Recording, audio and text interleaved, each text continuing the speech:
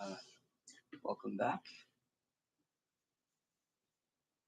Let's see if I can. No. All right. I think we're probably going to stick with this setup for now. Anyway, yeah. Hello. Back to spinning. So we're going to start out with wool again, like last time, just because I don't know. I need a bit of a warm up. I don't really want to start just on cotton, you know. We've got the wool bobbin currently on the wheel. Just have to move a whole bunch of stuff.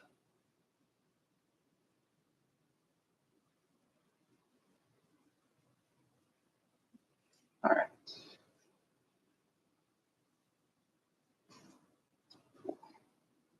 I'm pretty happy with the fact that I've managed to get the thinness that I have on this wool, despite not having pre-drafted at all. That's pretty good for me.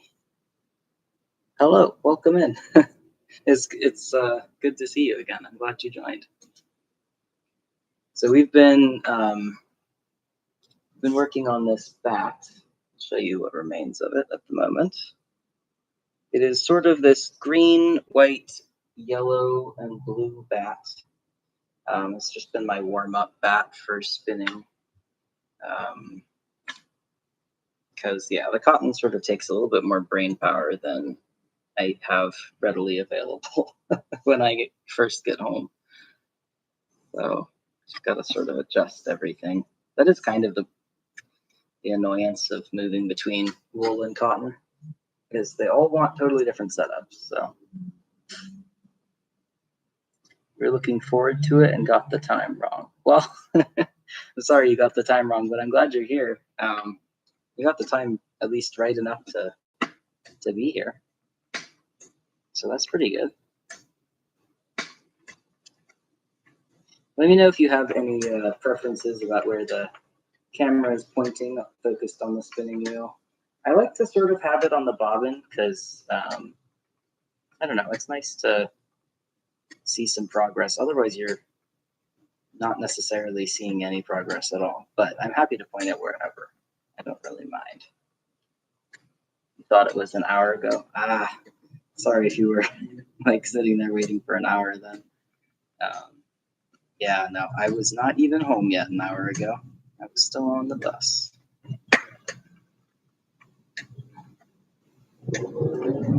This wool is actually spinning like pretty fast too. I basically just dedicated maybe 20 minutes to it for the last couple of streams. And you know, I'm spinning it very fine, but it's, I don't know, I'm getting a lot of it. It's nice.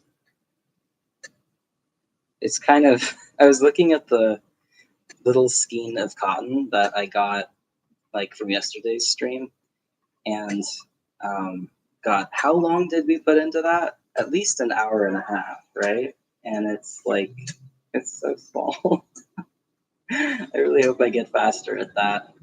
This feels like night and day compared to the other one, compared to the tiny, incredibly slow cotton.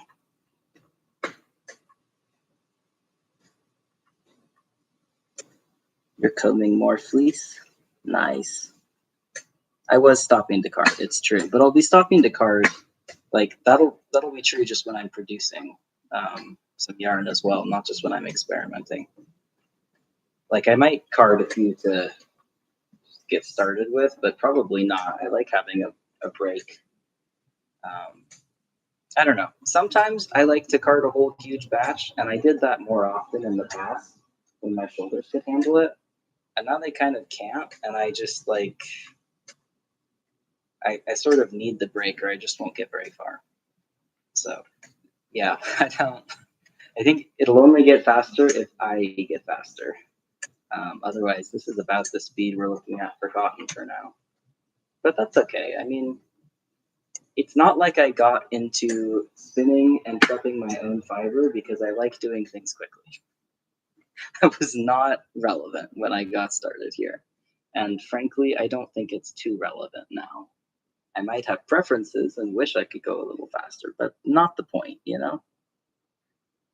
Okay, that's true. I was doing 9 passes. That's a fair point.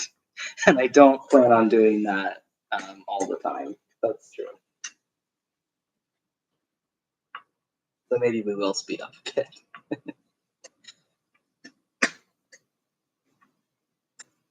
My spinning wheel is still doing that fucking clicking thing, or like snapping thing. I don't know. It's been doing that on and off for a while, and then yesterday it was making some other weird noise that I don't quite remember. Now it's back to the snapping and clicking. It's honestly like driving a very old car sometimes, except with a bit less terror involved, generally speaking.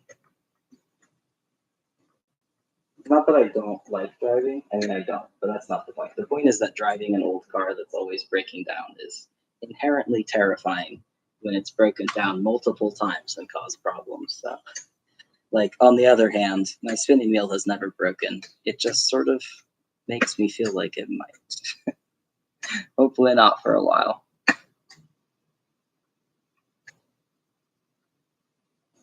Can I see that the wheel part is wobbly? Yeah, it's been wobbly since I got it. And I bought it new. And it's done this the entire time. And I don't know why or how to fix it. If you have any ideas, let me know. I know that like if I centered the drive band a little better, it might help, but I think fundamentally, like, I don't know, it's not a well-built wheel. I found that the more modern a wheel is, sometimes the worse it gets. And I think in this case, I was sort of, yeah, I'm experiencing that, I think, because this was very, very poorly put together and kind of poorly designed. I don't know if you can, let me see if I can get it on camera. Just down a little. If you look at the Lazy Kate here, so there's 3 of these bobbins. And this one right here basically only works if this is fully extended, at which point I can no longer really turn the wheel. So only 2 of these bobbins are actually useful in the size, like with the size of bobbin that the wheel actually uses. I can put one of my e-spinner bobbins on it, and that works okay, but I can't put one of my bobbins that belongs to the wheel on it.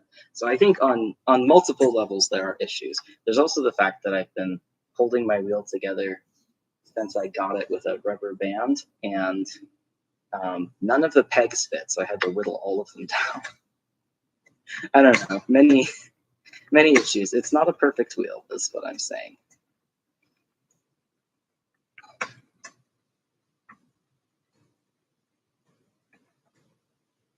You don't know, but it lines up with the clicks. Ah, now that I didn't know. That's interesting. I can't really see the specifics of how it wobbles necessarily. I think the clicks have to do with the footman, because like it sort of feels and sounds like it's coming from there. But I've never actually gotten super far in fixing this problem because it does tend to go away on its own. Doesn't mean it's not kind of annoying at the time, but nonetheless. It also is definitely at least partly about my foot placement and like how far away the wheel is from me and the angle at which I treadle. I can tell because if I change it drastically, it stops. And if I like move it farther away, it stops. So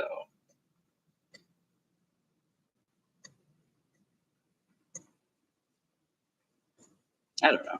It's not a big deal really. Like maybe it'll be a big deal if I ever try and resell this loom, or like if I ever try and resell this spinning wheel, but until then, I will deal.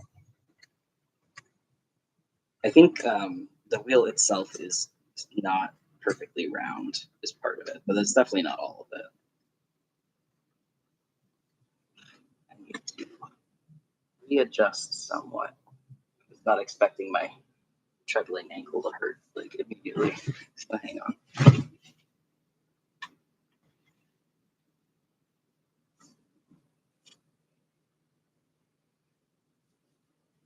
You're not able to use a traditional wheel. You only use your EW Nano, so you don't know much about them. Fair enough. I feel you on that one. I mean, I'm using a traditional wheel right now, but not forever, that's for sure, and increasingly less as time goes on. And I also have an EEW Nano, so that's cool. I have one of the, I think it's either version 1 or version 2, one of the really early ones. Yeah. But I tend to use my wheel whenever I can. Like the speed aspect is much better compared to my spindles, but also I feel like just there's something about treadling that I've always really enjoyed. Like I really like treadling on my loom too. I don't know, it's just a good movement. So when I can do it, I will.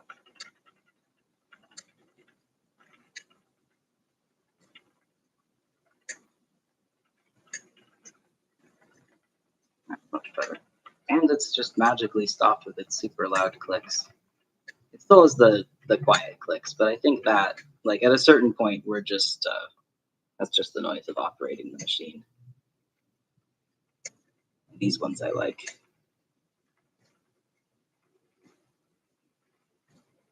It's really interesting at work. Like I will avoid all sounds as much as possible, just because they're all so overwhelming. But then I get home and I'm like actually looking forward to sounds. To be fair, they're a lot quieter than the ones at work, and I think they're a lot nicer too. But it's just something so different about a lot of modern noises, especially like electronic noises, versus the noise of a wooden machine. It's sort of like night and day, honestly.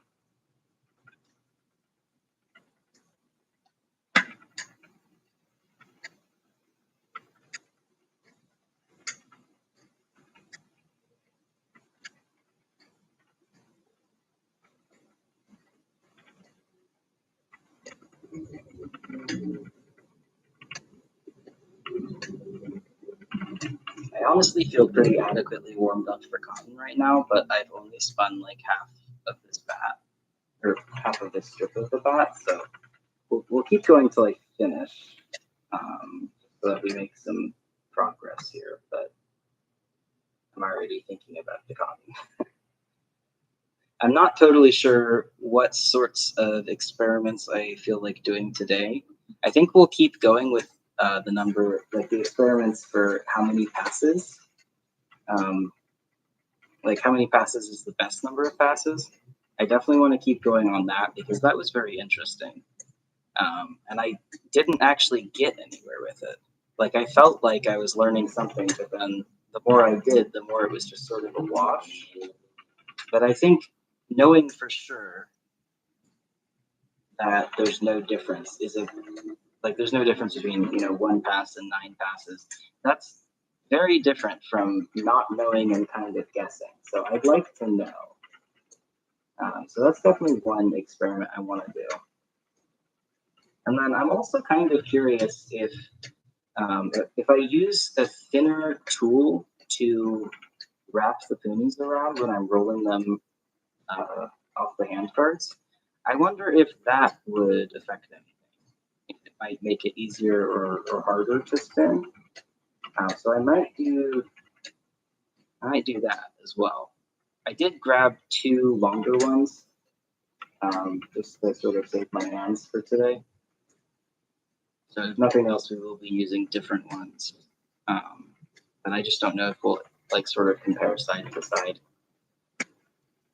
I definitely, like I was talking about it in the stream yesterday, that I'm too inexperienced and like don't really have the control necessary to do, I don't know, particularly reliable tests like that, but I still feel like I'm learning things. And it is more interesting to me than if I were to just stick to card cotton and cotton and not trying to be adding little experiments in there. So I still haven't found the other ginned cotton, like the older stuff, that I really want to compare. I yet again tore my apartment apart looking for it when I got home today, and nowhere to be found. So I honestly have no fucking clue where I got it. Like, dude, this apartment is so small. There's only so many places a bag full of cotton could be. And apparently it's none of the places that I've looked.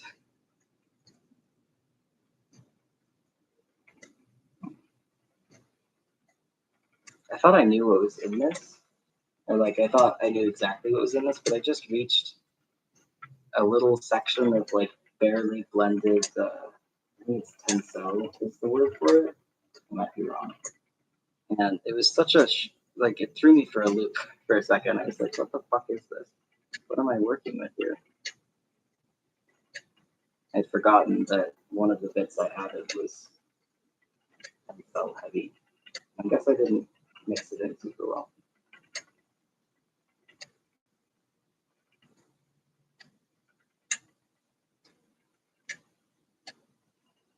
You also like the sounds of wheels and looms? Yeah, they're awesome. How much variability is there in the fiber? Like in just the new cotton that I got, so far I haven't noticed any. It seems to be pretty much the same one handful to the next. But between, like, not that I've directly compared them, obviously, but just from memory, between all of the cotton that I've ever spun, there's huge variability in that. But this batch seems very homogeneous. Hello, Zertra. Nice to have you in. Thank you for joining again. We're still working on the warm-up, but I am almost done, and we'll be going to cotton soon after. By the way, I washed and dried the sample from yesterday, and I feel like there's absolutely no change whatsoever to it. It looks exactly the same. I'll show you guys in a minute, but really the only difference I noticed is that it's less soft now, which is the opposite of what you usually get. So I don't totally understand that, if I'm being honest. But it's like definitely less soft. Oh, and there was also, when I was washing it, like I squeezed it out to dry and then I hung it up. And I realized it smells fucking disgusting when it's wet. I don't know why. I've never smelled cotton that smells terrible when wet. It almost felt like there was sort of like a sizing on it when I was washing it off. So I don't know, I'm curious about that. I don't think the other cotton that I spun from either my like Egyptian cotton sliver or my other ginned cotton, that stuff doesn't have a smell. Or like it has kind of a cottony smell, but that's it. So I don't know, I'm curious what's up with that. It honestly smells really bad.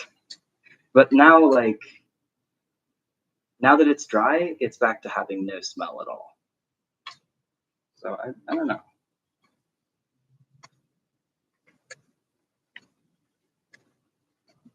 That's what happened with your cotton skein too. Well, that's interesting.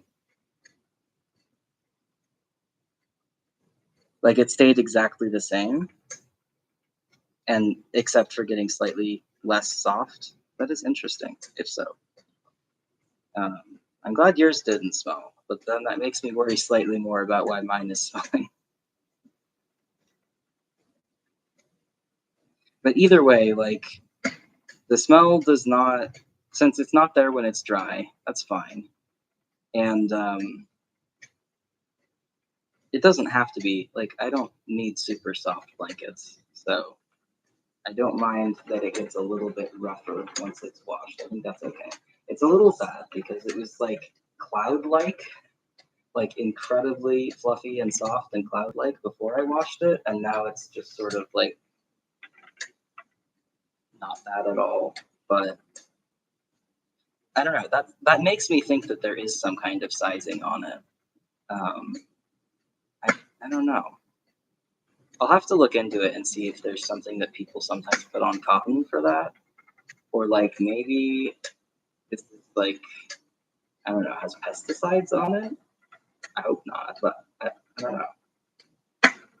Definitely need to look into that. I'm adding it to the list, the incredibly long list of things to look into regarding cotton.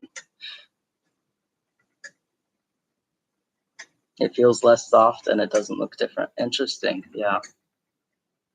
Huh. See, I feel like I didn't notice that on my other skeins, that it looked the same but was scratchier. But this one I do, so maybe it's just like certain kinds of cotton do that, or maybe we spun it the same way. Not sure.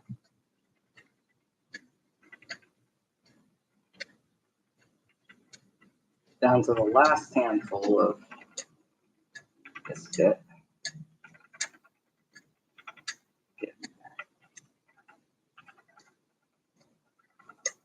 I was literally sitting at work all day thinking about spinning cotton. It's like the only thing that got me through work today.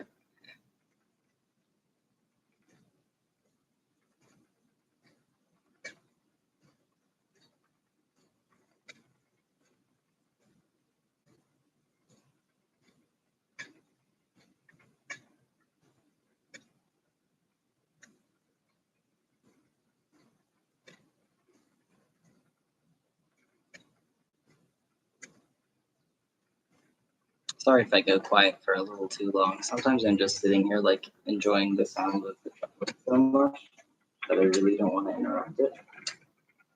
So I'll just like do a little bit of quiet. But that's not intentional.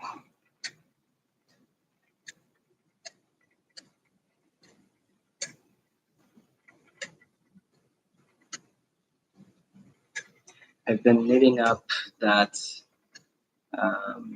flax and South Down blend that I finished off on stream. I've been talking about a little bit, and I've got like the crown of a hat now that I still need to try on, but I'm really liking it. And it's like the more I work with it, the more I wonder what is with the ancient religious rules to not mix wool and linen, because my initial assumption was that it was based on the fact that it was unsuitable. Like it was just sort of a common sense, don't do it because learn from our mistakes. It's going to cause problems. But like the more I work with it, the more I'm like, what problems have I caused? I haven't found any yet. I'm still thinking the big problem is going to be the washing, and that's not really something I can test until I've like worn it and gotten it dirty. So I have to wait on that one, but I'm really liking how it turns out.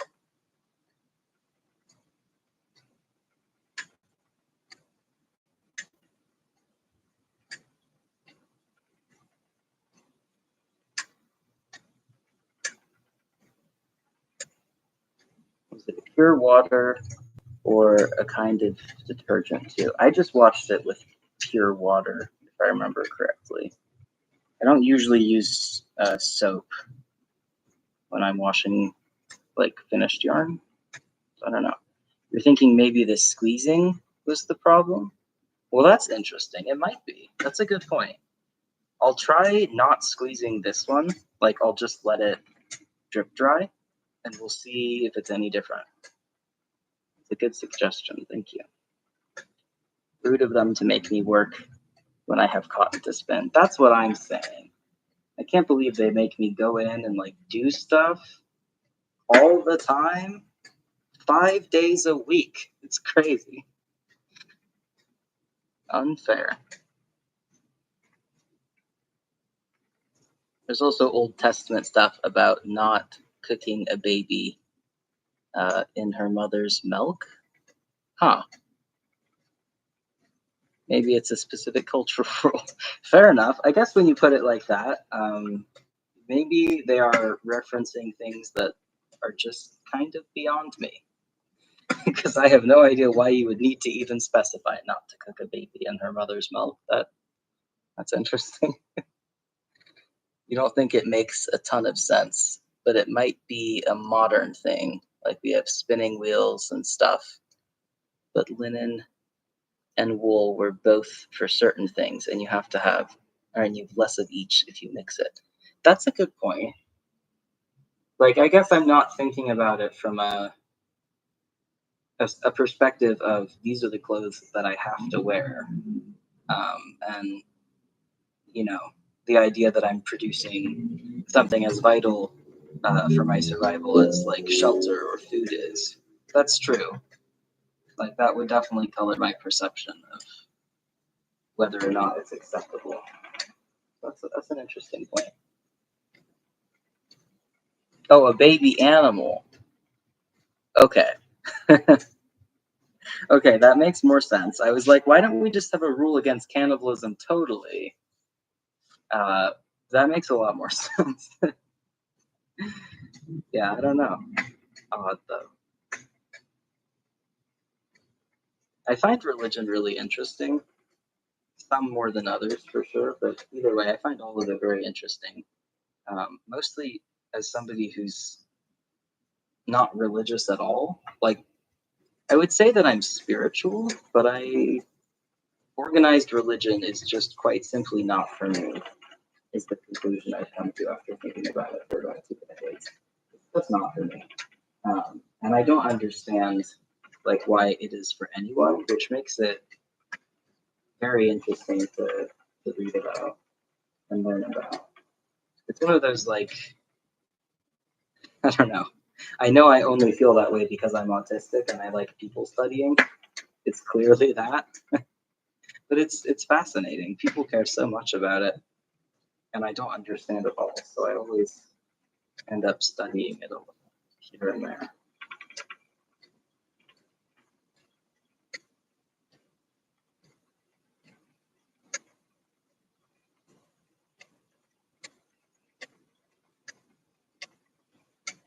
You weren't raised in religion. You wish you knew what people like, why people were into it. Yeah, I mean, I was, and I still don't know why.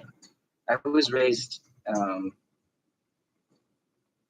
was raised Orthodox Christian, and I absolutely hated all of it, and still do, kind of more now, if I'm being honest. Like, if nothing else, that religion I know for sure is not for me because I was strongly disagreeing with like all of it as an 8-year-old. And I still just sort of don't get what people see in it. I don't know. Your girlfriend is very into theology from a sociological point of view, but you have trouble following her. Yeah, that's about where I'm at too. Like, I find it interesting, but I don't really get any help from people's explanations most of the time. I kind of just have to like try and figure it out myself because other people's explanations also don't make sense. But it's a fascinating subject, especially when you approach it sort of from the lens of like, maybe this is not a particularly fair lens to approach it from, but it's sort of the lens that I approach it from, which is that religion is here because humans like need to process things that we are ill-equipped to understand. And so, religious practices, same as cultural practices, can hold a lot of meaning and have a big impact in sort of mitigating the fact that we have no real control over much of anything. And so from the point of view of like, well, we're all just riding in the dark, and sometimes religion happens as part of that, is the one that's sort of how I tend to approach it. I don't know how fair that is necessarily, because there are certainly some religions that are pretty calculated in what they're doing, like especially a lot of the more modern Christian ones. It very much seems like somebody sat down and wrote a whole bunch of rules, and in many cases, that is literally exactly what they've done. which makes it a little hard to approach like in that manner. I don't know. I think I may be a little bit too tired to have a coherent discussion about religion on stream. And I'm also drinking, so that's not helping me here. The good news is we are basically done with this wool. I just have to get, it's like about the amount of a finger. So very little left. Almost to the cotton.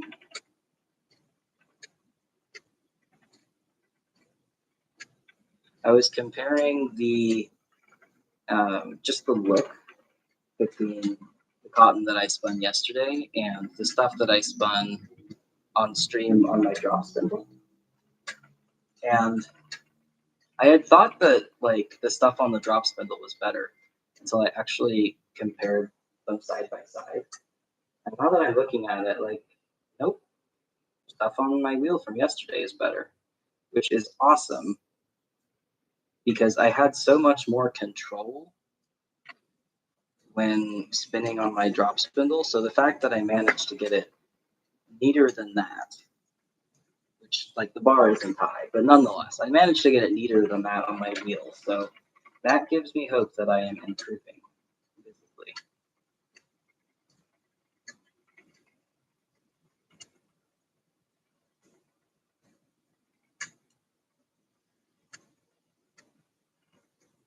Show the wolf.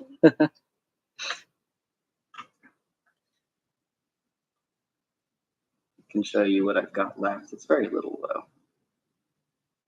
It's just this.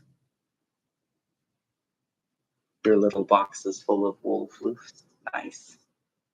I love having, I don't know if you're talking about wool scrap, but if you are, I love boxes of wool scraps so much.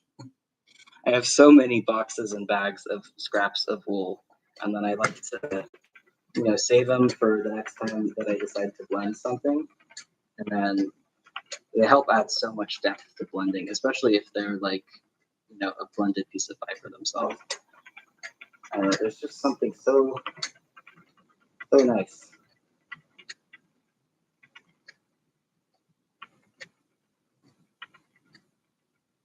I got distracted by a little bit of mohair lock that was difficult to say. There's something so nice and satisfying about looking at a bunch of wool.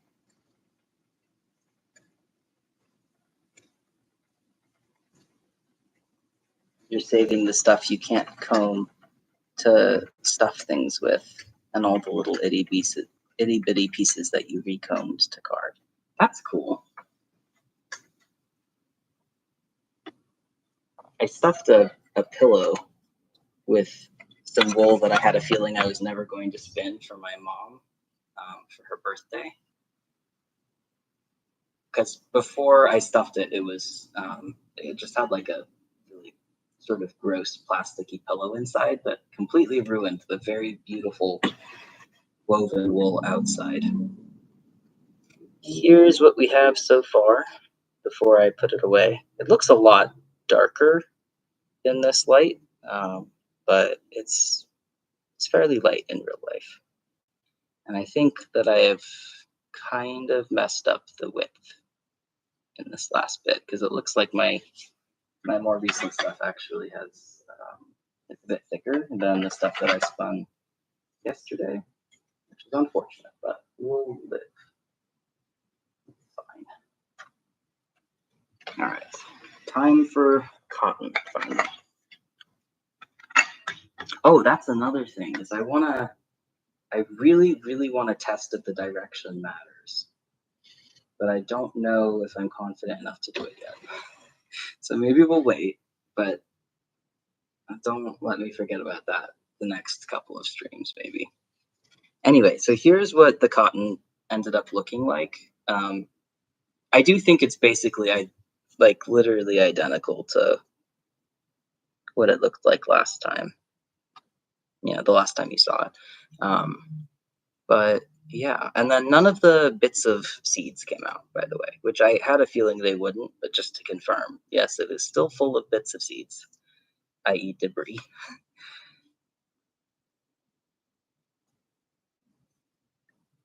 but I don't think you can feel them, and that's what I was worried about. So since I can't feel them, it really doesn't matter, you know?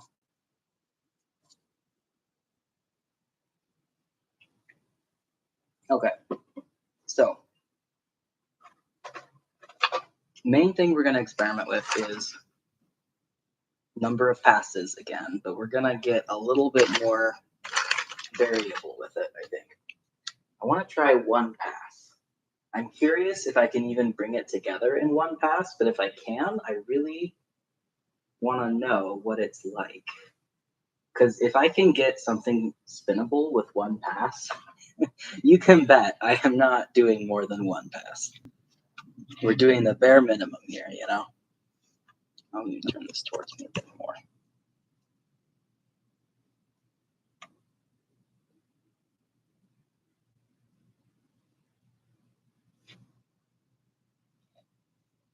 If I can't feel them, it's just visual interest. That's true. That's accurate.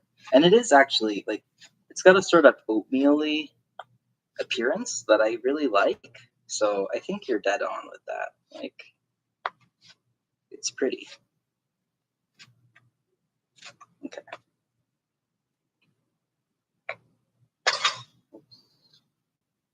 Like that.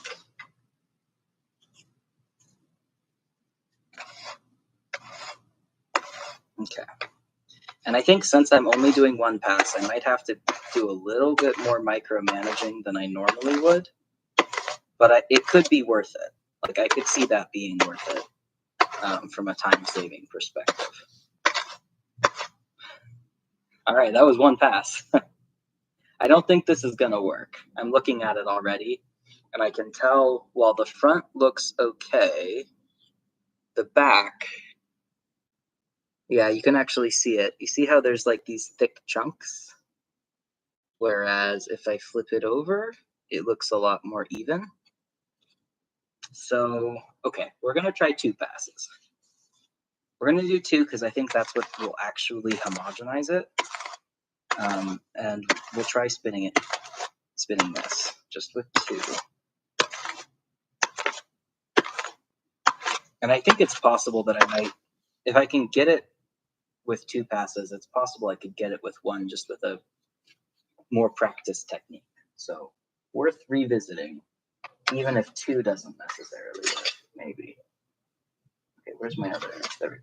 So we're going to be using these this time. It's just it's a US 8 and a US 4, and it's just because the 8 is longer. But it's also bigger. Last time I was using an 8 last time I was using a 4 and a 3, I think, or a 4 and a 5 maybe. Oh, that's the wrong way. So it is, yeah, it is bigger. If I notice that the fact that it's bigger is causing problems, we will switch back, but I hope it doesn't. I really hope it doesn't, because I don't have any longer ones, and I'm sick of it slipping.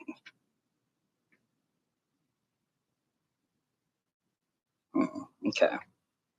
We're already getting a bit of, I don't remember what I called it last time. Gaps, maybe? Maybe I just need to try this again. So the thing that causes gaps, as far as I can tell, the thing that causes gaps is if you fail to capture it and like secure it in between the two needles when you start rolling on, it just won't draft out. And it'll stay where it is instead of drafting out. So if maybe I just need a more secure grip. Ooh, okay. Okay. This particular experiment has been slightly ruined because it's I've like pulled off a piece. So we'll do two for the next one. Damn it. I was hoping that I would be able to just draft it on or roll it on, but once it came off the card, not happening. So we'll go with the 3. The standard 3 we've been doing for this one, and 2 for the next one. And if I can manage it, maybe 1 for the third one. And I'm just gonna do all of these at once and then spin all of them at once so that there's a minimum amount of time in between. So yeah, that's the new plan since plan A didn't work. Okay, hopefully it'll work this time. That's part of why I really don't like these tiny short knitting needles, is it makes it harder to hold it.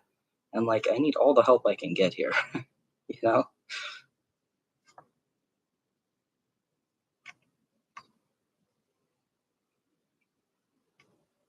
Do I think a bamboo or wood needle would work better? Maybe, but I don't have any bamboo or wood needles that are the right size, like that are long enough. All of my bamboo and wood needles are DPNs because I pretty much just use wood for socks, or else they're circulars because I got a bunch of those from a thrift store for very cheap. So I don't have any that I could use for this, unfortunately. I am still thinking about the bamboo skewer idea, and I am going to try that the next time I see my sister. So I might try some that have been sanded, and then maybe I'll try some that haven't been sanded if I'm feeling brave. But that's going to have to wait until this weekend. So this is the first one with 3 passes. Put that to the side for now. And I will be way more careful with the second one for 2 passes.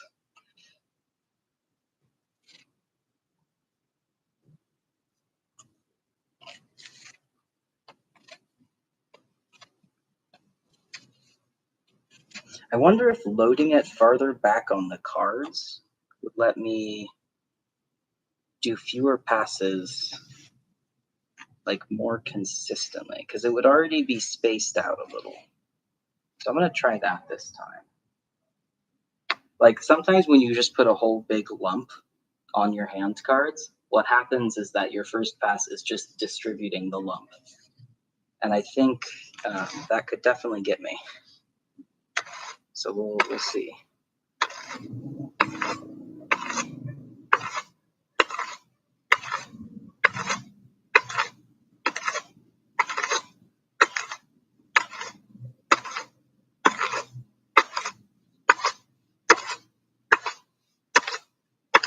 Okay, so that was 1 pass.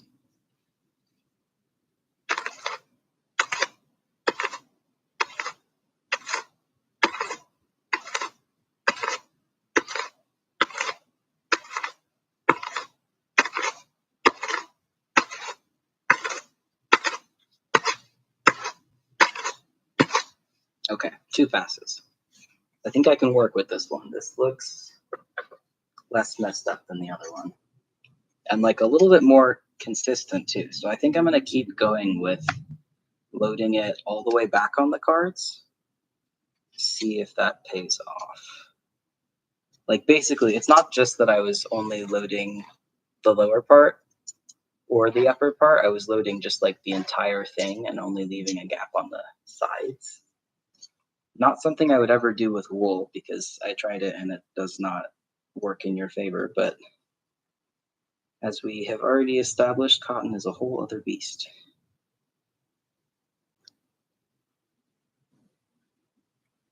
I do think that if, like, one of the advantages to doing a whole big batch of Rolags at once, or of Punis at once, is that I could theoretically clamp this down.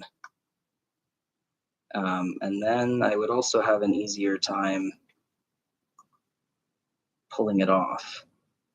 Because the fact that I can't actually secure the card while I'm trying to pull it off is making things more difficult than they need to be.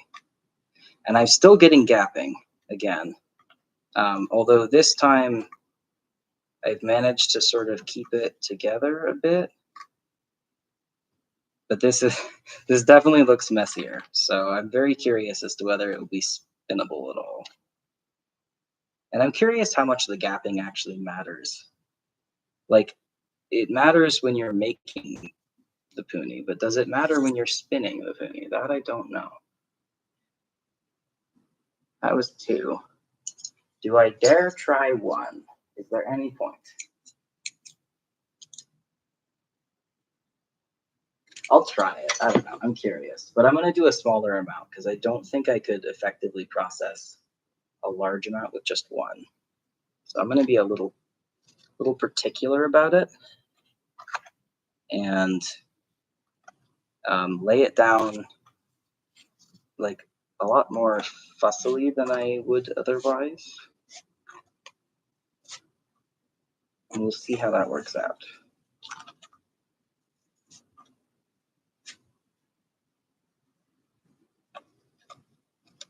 Okay.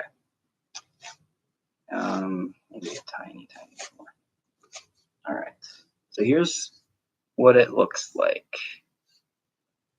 Definitely less than the others. And as you can see, I've gone all the way to the bottom, like from the bottom to the top, to try and fit on a little bit more fiber. And we'll see. I think there's got to be things I can do that would mitigate that that bit that you all saw, like on the cards where it was chunky. There's got to be. Okay. Hey, look at that. It's not chunky. So I think we're good to try pulling it off and see what happens. So that's interesting. The first one that I tried doing just one pass, I was just loading it haphazardly. Like I wasn't, or at least I wasn't loading it as carefully as I am this one. So it's interesting that it makes such a difference. It makes a difference with wool too, for sure. But I don't know if it's that stark necessarily. Getting some gapping immediately, shockingly, I'm sure. But as long as I can pull it off in one, I'm going to try spinning it. And I think I'm going to go one pass, two pass, three pass. Just because I want to be able to like see if I can actually tell. So if I go in a particular order with the finished yarn, I might be able to tell like where I switched from one pass to two passes. Wow. So look at all three. You shall see a pretty stark difference, I think. So here's the one that got one pass, or that got three passes. You'll see it's holding up pretty straight. It's not really frowning. Here's the one that had two passes, frowning immediately. And I wasn't able to compact it down because of the gapping. So there's that as well. And then here's the one that got one pass. I don't think it's frowning. It's just kind of, it's doing something. It's a little too extreme to call it frowning. So that's interesting. It doesn't shock me though. I really wasn't able to put much tension on the one that I just did because, yeah, because it was gapping so badly.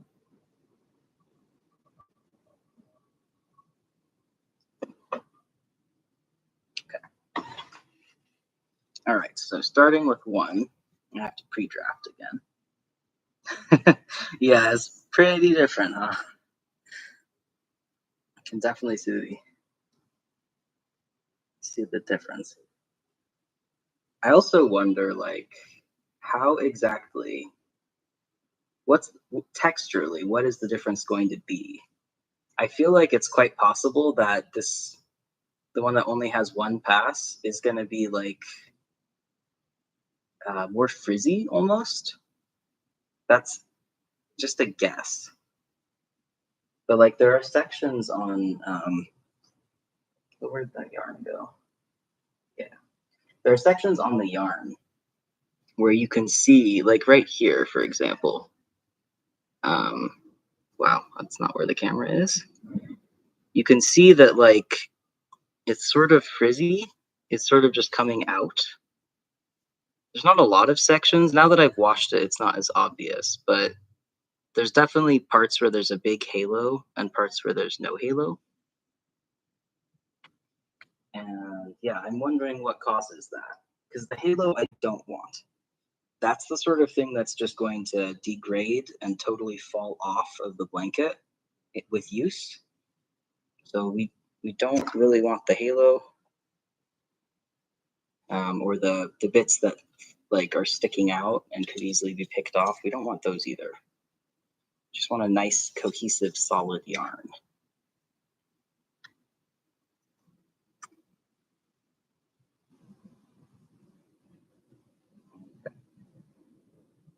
Oh, we're on the wrong. There we go. One of these days, when I'm like trying to tighten or loosen the mother of all, I'm gonna actually snap this thing. I just know it. I always go the wrong way, and I usually do it really fast because I'm kind of dumb. Even though I know better than to quickly adjust tension-based things like this, I still do it. I have a feeling that is how this wheel is gonna die one day. Hopefully not, but yeah.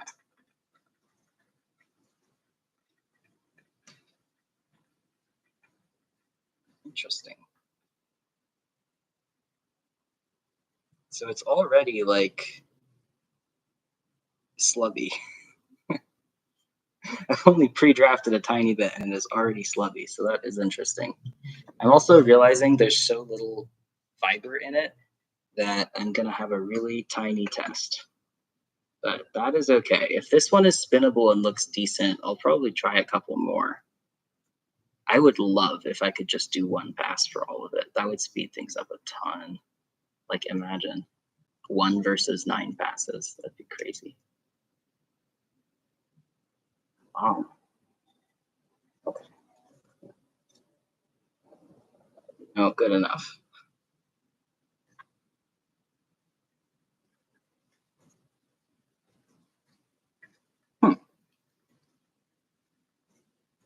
I mean, it's not as bad as, oh, there's no, I forgot to put the brake band on.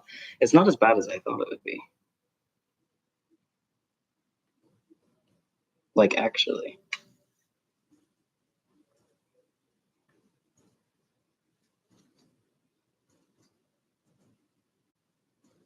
Like, is it good? No. But it's spinning. My bar is very low for cotton stuff for a good reason, you know? I spent several years not even being able to spin it, so. I am seeing it's quite fluky, though, as predicted. That's not really what we want. So I'm guessing that that's probably due to the lack of pulling, like drafting when I roll it up. That's what makes the most sense to me. I don't know.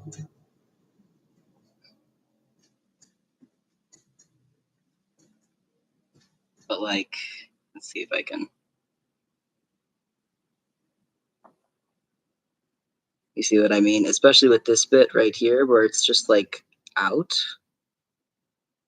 That's what we don't want. And that's what we're getting with this. So we need to keep an eye on for sure. Okay.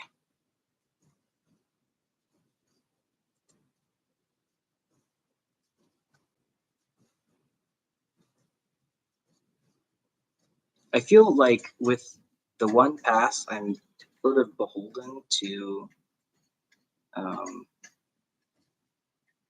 how it wants to be. And if I want it to be the way that it doesn't want to be, it's just not happening. Whereas with the other ones, it didn't really feel that way. Like I could still shape it regardless of what it was actually trying to do.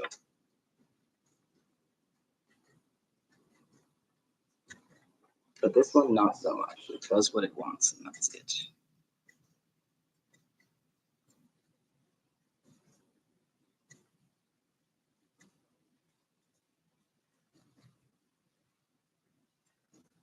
Right, and I'm also trying to add more twists this time.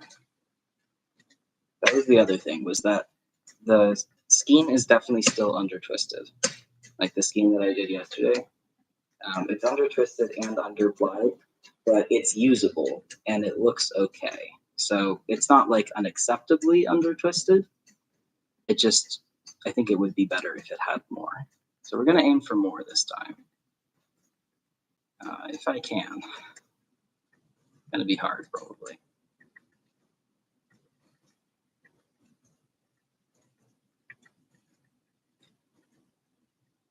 Despite the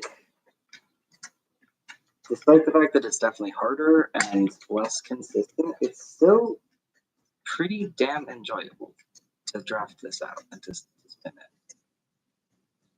Like, I would have a fun time spinning a blanket worth of yarn like this. Which is not something I would have said about cotton in the past.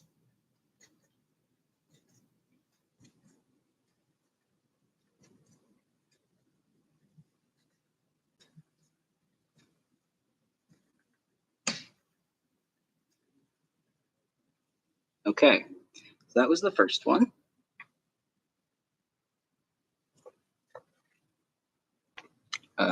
Yeah, we're gonna do the second one. Just do them all in order before I try and do too much analysis out loud.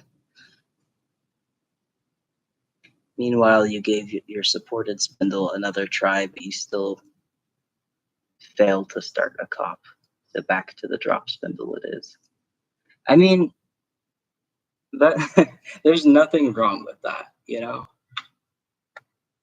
Like, I also tried and then failed multiple attempts to spin cotton. Like, I've tried and failed multiple times to spin everything. And I think, you know, sometimes being able to admit that, like, this isn't working out right now, and I think I need to do something else for a while, that's not a bad thing. But also, if I can offer a small piece of advice, you might have a little bit more luck with starting the cop if you just, like, say you start on your drop spindle and then just move it over. So you're starting with a cop already. I found that helped a lot when I was learning, because before you have a decent cop on there, it's difficult to get the angle right, especially when you're learning. And the angle at which you're holding your hand and you're holding the fiber and the yarn when you wind it on matters a lot more than you would think, because with drop spindling, it doesn't really matter much at all. But with supported spinning, it's actually really important. And having no cop makes it so that, like, you kind of don't even know where to begin. You don't know how it naturally wants to be. But once you have a cop on there, it's going to naturally do what it wants to do. And that's also what you want it to do. So it sort of works with you better if it has a cop on there, even if it's not one that you spun on there. Like, even if you artificially just sort of wind it on. It might be worth a try at some point. If you want to, anyway.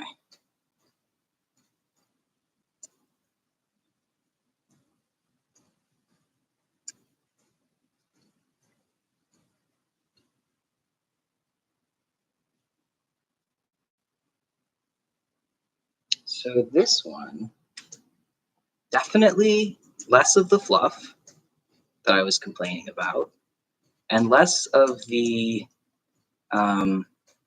just sort of being beholden to what it feels like being. Like, this is damn spinnable. This feels pretty similar to the 3-pass ones that I was spinning last night, which is good because the 3-pass ones were going really well.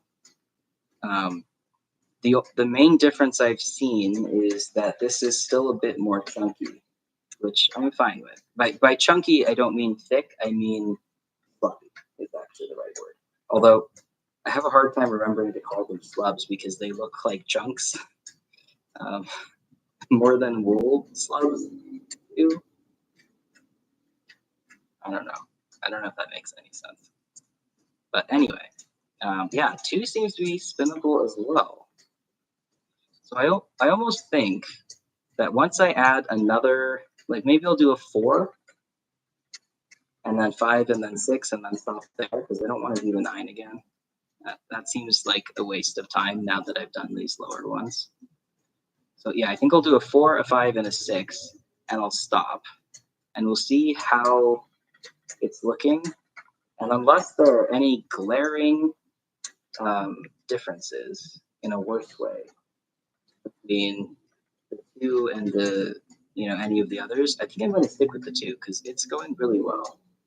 Even the 1 was, like, I liked the 1, but I also feel like when you have to take the time to be fussy with it, at a certain point, it's slower than just doing 2.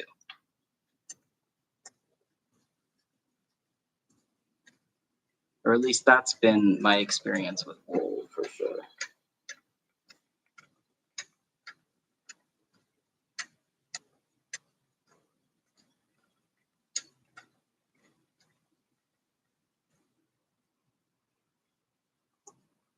The thing with spinning this stuff is that I can't let myself stop and pick out the bits of seeds because once I start, I'll be at it forever.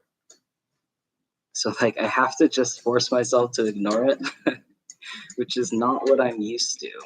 I can feel them when I'm spinning them, but once they're like actually in the yarn, you can't feel them anymore, especially once it's been plied.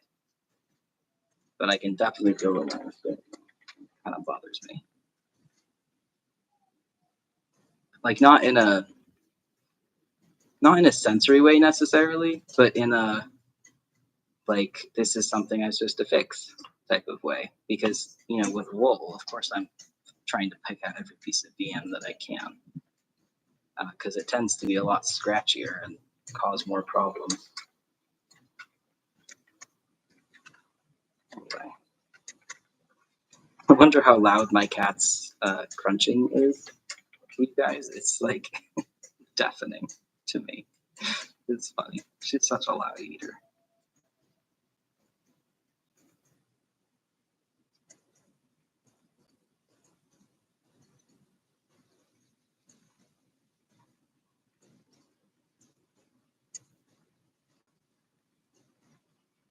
I want to see if I can hold my hands in a way that lets you guys still see the drafting, because at the moment I've realized that my hand is literally blocking the entire view. Let's see what I can do. Because it's really fun to watch. Like it's slightly mesmerizing to watch the bubbles just sort of pull themselves. The angle is good. Okay, I'll try it with the next one. I'll try and fix the angle. I'm pretty much done with this pony, so don't need to try it on this one necessarily. Okay. All right. I mean, you can see that I need to be switching the bobbin more often, or switching the hook more often. I don't want to because it's really easy to tell. Like when you have, each bump is its own puni, it's a lot easier to tell than when each bump is not its own puni. You hear no cat noises. Oh, Chuck, you have to be louder, is what they're saying. The people want you to wail. She's like, no, I'm sleepy. I'm not doing that. Okay, so then this last one is the 3.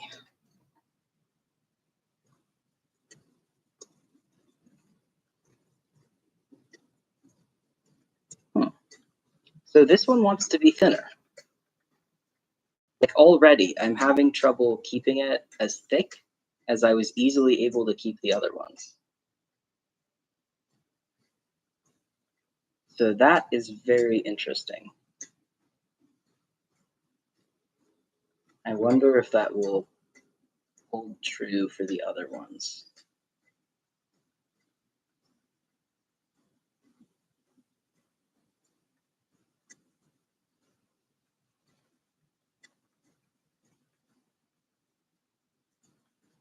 Yeah, the problem is if I had like an overhead angle, you'd be able to see it, but because of what long draw is, I'm kind of always pulling it out of frame.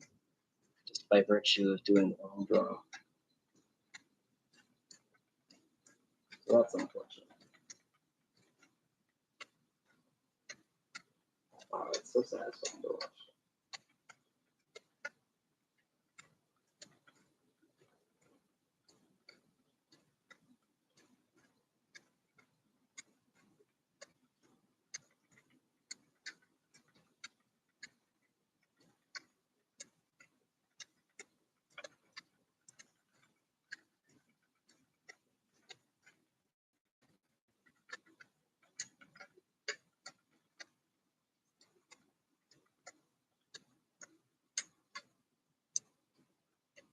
This is the third one.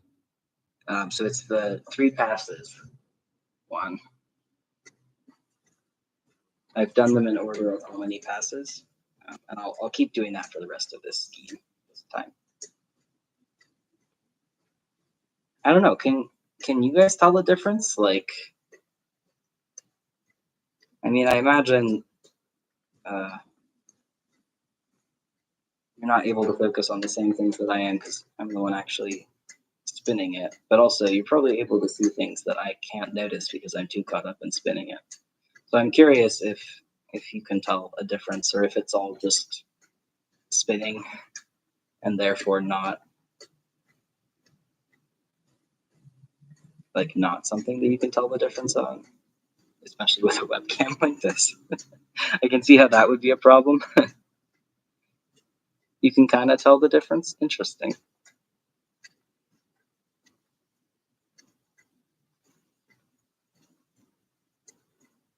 I think close up, like once I finish spinning this and ply all of it and put it in a scheme, I think we'll be able to tell the difference really easily then.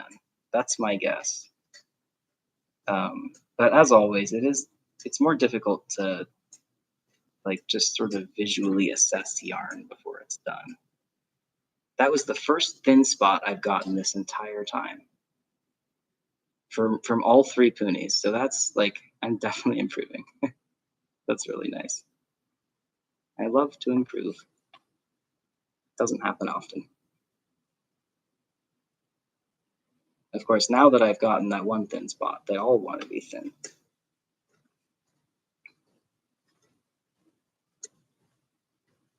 You respect cats' rights to sleep. I don't, but that's valid.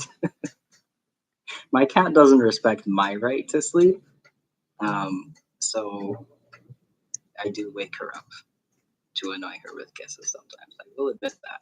And or I wake her up to move her because she has once again managed to take up my entire bed.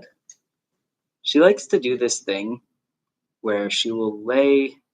So to preface, I have a twin-sized bed, which as an adult, like one adult fits in a twin-sized bed. One adult and one cat, already a tight fit, even when the cat is not literally 30 pounds and over 3 feet long, like in terms of just body. But what she does is she will lay perpendicular to me and like leave me 6 inches of room to lay on my bed. And then she'll be so heavy and so sleepy that I can barely even move her. And she gets so annoyed when I move her. But it's like, dude, you woke me up by literally making me fall off the bed at 3 in the morning because you have to lay perpendicular to me to have the best sleep, apparently. So I do judge her for that, and I do wake her up sometimes. I will admit that.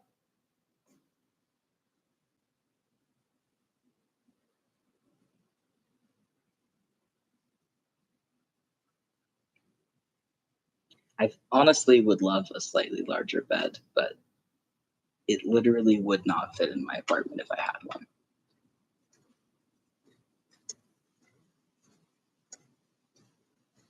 The lumps are getting smaller. That's true. I do think it's true that the lumps are smaller on, like, the more passes we do, the smaller the lumps seem to be. That is a good observation. I think you're right on that one. The question is, how does that impact a chain plied yarn? Like, can we tell the difference once it's been applied to? I suppose that's the part that matters in terms of. We'll have to wait on that, but.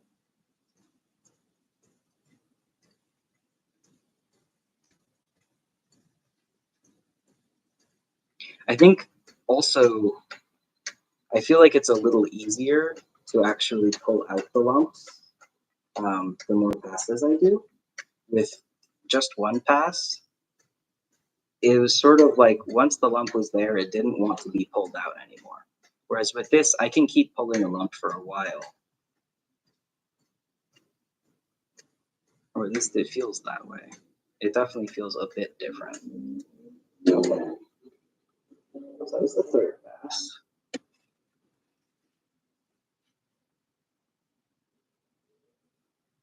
I really don't. I'm never sure of the best way to make this visible due to the whole webcam sucks thing. But yeah, I don't know. Visually, I can't tell a huge difference. I mean, there's the lumps, but other than the lumps, they look pretty similar. So now we're going to try a 4, a 5, and a 6. And then I might finish it off with a couple more 2s. I think we've, oh, okay, never mind. I was going to say, I think we've already gone through the entire, like the big chunk that I pulled out initially. And I was going to get a little panicked about how far this fiber would actually go, but it was just hiding. So never mind.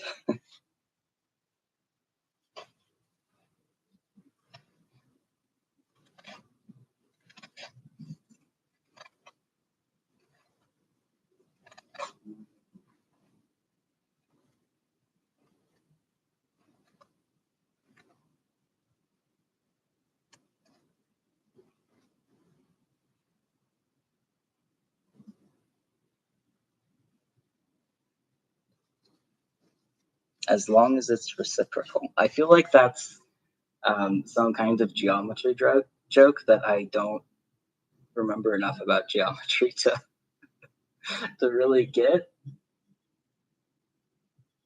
That's my guess. I was really bad at math in school, so it's wasted on me, sadly.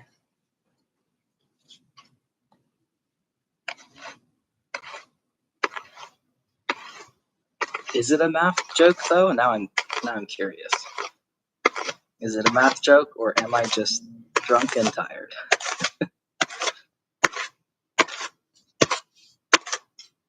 Okay, one pass.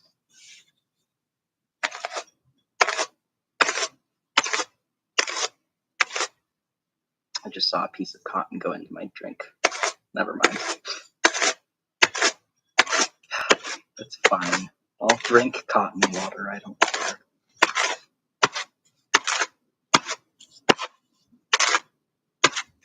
2 passes. Oh, you're still talking about Chuck waking me up in the middle of the night. That's fair. It is mutual, yes. We mutually bother each other quite regularly. I think we're on 3. Huh. Yeah. I wasn't sure if I was misremembering or not, but I don't think I am. The 1 and 2 passes, like, those ones don't seem to sort of send fluff everywhere. But I don't think it's because it's only on the first and second pass. I think it's because when I'm only doing 1 or 2 passes, I'm being careful and slow and methodical, and I'm not when I do more passes because I have more, more time, or like more, I can go farther with it. I don't have to make all of it count as much. And the whole cotton flying around thing, I don't like that. I don't want that to be what happens for the entirety of this spinning project. So I think that was 3. I think I have one more in Old BF4. I hope. I'm gonna do one more. I'm pretty sure. I don't know. 3? Okay. Thank you. I think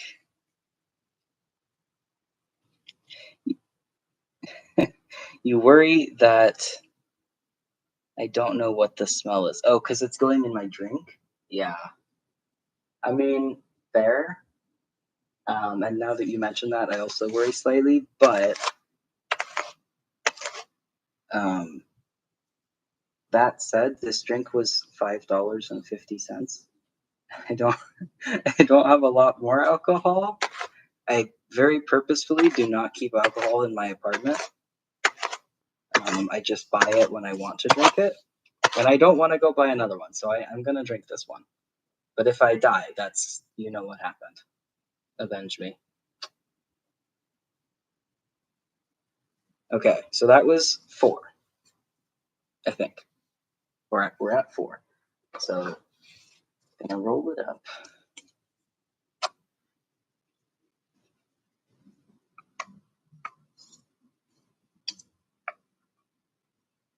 Obviously, what I have to do with all of these is then like make some kind of progress where you can, or project where you can clearly see the progress that I've made. That's going to be like the best way to showcase this, right? But I don't 100% know what project would be good for that. Like what project that I can still use. Because obviously I could make like a little tapestry or something that just shows you the texture. But I don't want to do that. Also, I've already messed this up. I pulled too hard. And it basically almost fully detached. But then I was able to save it, so we'll keep going. We'll see what happens. But I don't know if this necessarily counts as a test, like as a good test. Or we're going to count it as a test, but I don't think it's a good test. But that is okay. Like, even if it's a bad test, I'm still getting cotton experience, cotton spinning and cotton carding experience, so none of it's wasted. But as you can probably tell from the way that it looks, not my best. It's a lot more open than I want it to be. And again, I wasn't able to pull very hard because of that.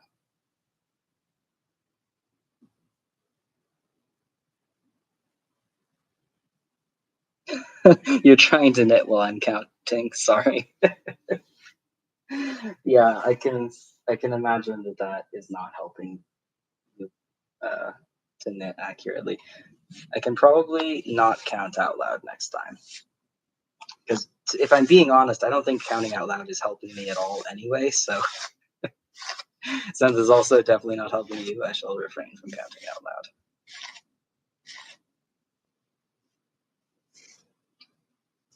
It's like at the end of a tabletop game when everyone counts their scores out loud at the same time. Oh my god, for real.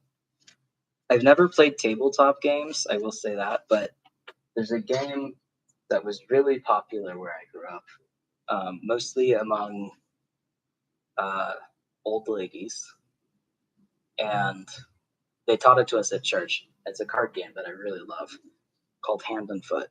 And at the end, you stop and tally up your score, and everybody's always counting out loud, and it's just like it's painful.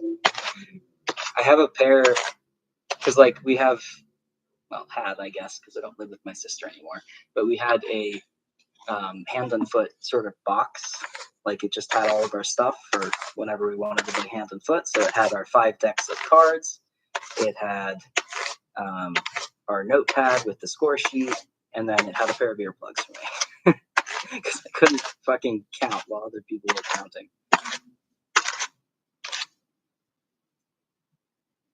Okay, I think I'm keeping track. Maybe. Ah, there we go.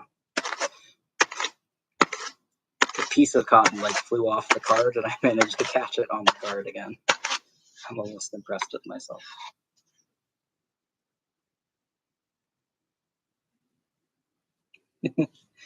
Yeah, don't worry about it. It's not helping me to count out loud at all. Like, I'm equally as bad at counting whether I count or not, which says sad things about how bad I am at counting, but it's accurate. It is is the truth.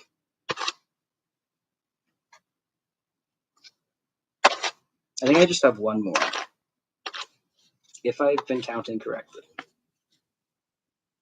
So I'll use that opportunity to once again move the cotton that has decided to migrate, most annoyingly. It always migrates to the same side, which is what makes me think it's gotta just be the way that like, it's just something about the motion. And it does the exact same thing, like same direction and everything when I'm carding wool too. Okay, I think that was 5. So we'll put this one up as well. And then we'll just do the last one.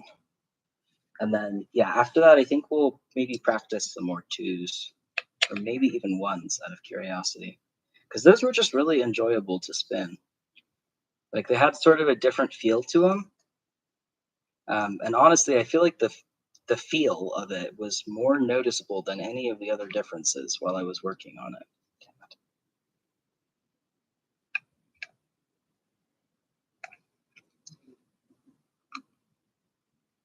Normally,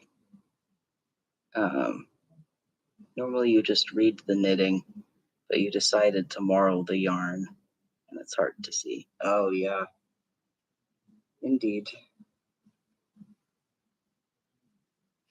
That's where I'm at with my current project. Like, the yarn isn't marled necessarily. I guess it kind of is just because of the prep. It's the flax and south down one.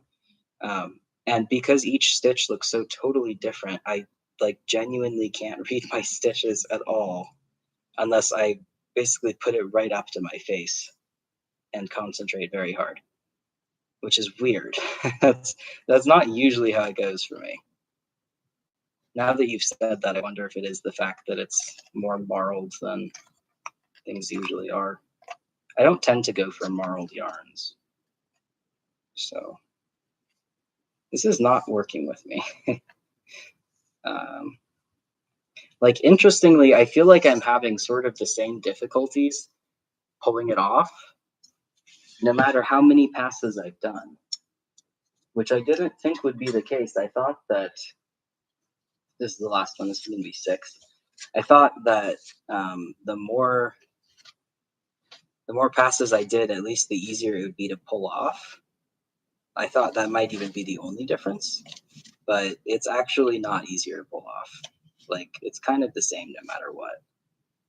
Or maybe it's more like I can have the same problems no matter what, and it's sort of random as to whether or not I have them, which is totally different than what the first thing I said was, but I think it's more accurate. You can probably tell I'm very tired.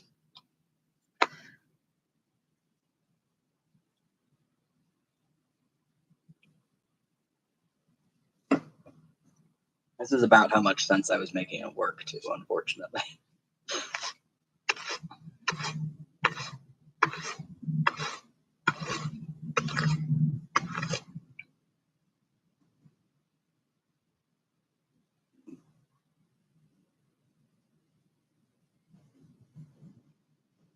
That sounds like a really pretty yarn.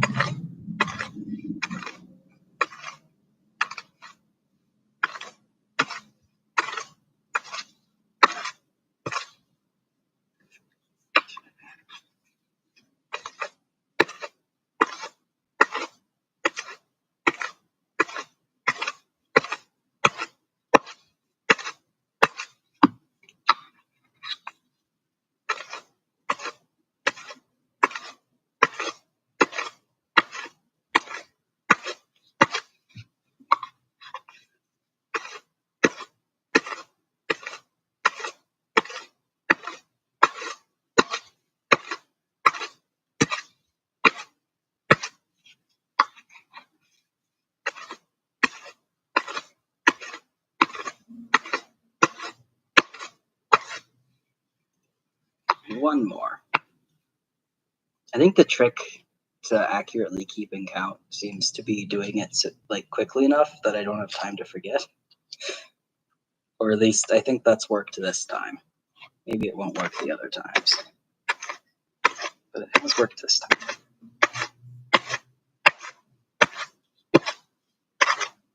Okay, so that's 6.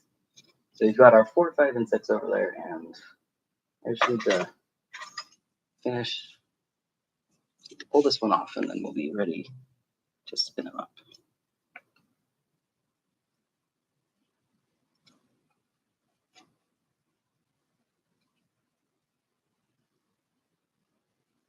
It's 8:30 p.m. here, and you're tired. 4:30 for you. Oh my gosh. Yeah. When you put it like that, fair enough. We are all very tired.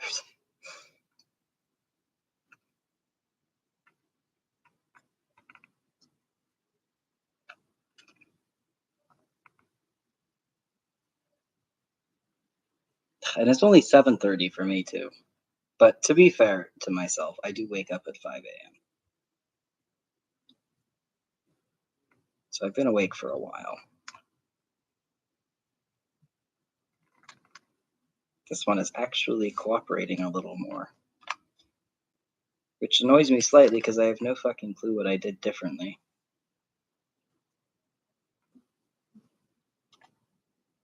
Just luck, probably. All comes down to luck. When you have no skill, that is. Alright. Last one. Oops.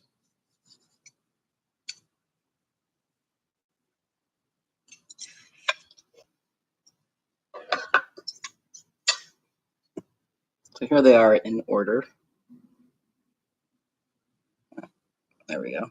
That one's not frowning too bad. That's the 4. There we go. That one is that one's definitely frowning. That's the 5. And then this last one also definitely frowning. And I'm not sure why. It's actually frowning the worst. And that's the 6. I don't know. It is early, yeah. I don't really like waking up at 5 a.m. I mean, in the summer, it's very different than in the winter. At the moment, when I wake up, it's already pretty much light out. Like, the sun hasn't risen, but it's light. But even so, 5 just feels too fucking early, you know? How did my pressed tofu and rice turn out, by the way? Not well. The tofu turned out so badly. And I think it is because I did not fucking press it. Like, well, you know, I pressed it just badly and trapezoidal, as we all remember. Yeah, so it didn't cook well, and it didn't taste that good either, which I don't even know what I did there, because my rice usually tastes fine, but this one was just sort of like, not great. I might also just be sick of rice. I've had rice for every meal for the last 2 weeks, so it's possible I just got sick of it again. But that happens.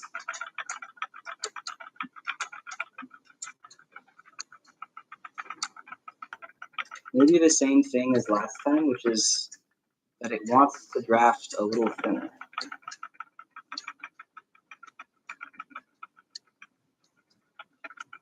But it's so hard to tell what is causing that. Like, is it the number of passes, or is it one of the other, like, 1,000 possible factors I could? Who knows? I think I'm actually going to have to buy a tofu press, or come up with a less stupid tofu pressing system before I make more tofu. And I have tofu that's going to go bad soon, so now I'm stressed. No, not with the mouse noises again. I don't like the mouse noises. Ugh. That's so annoying. It's going to drive me insane. Come on, there's got to be something I can do to make it not do that. Okay. Seems to have stopped it.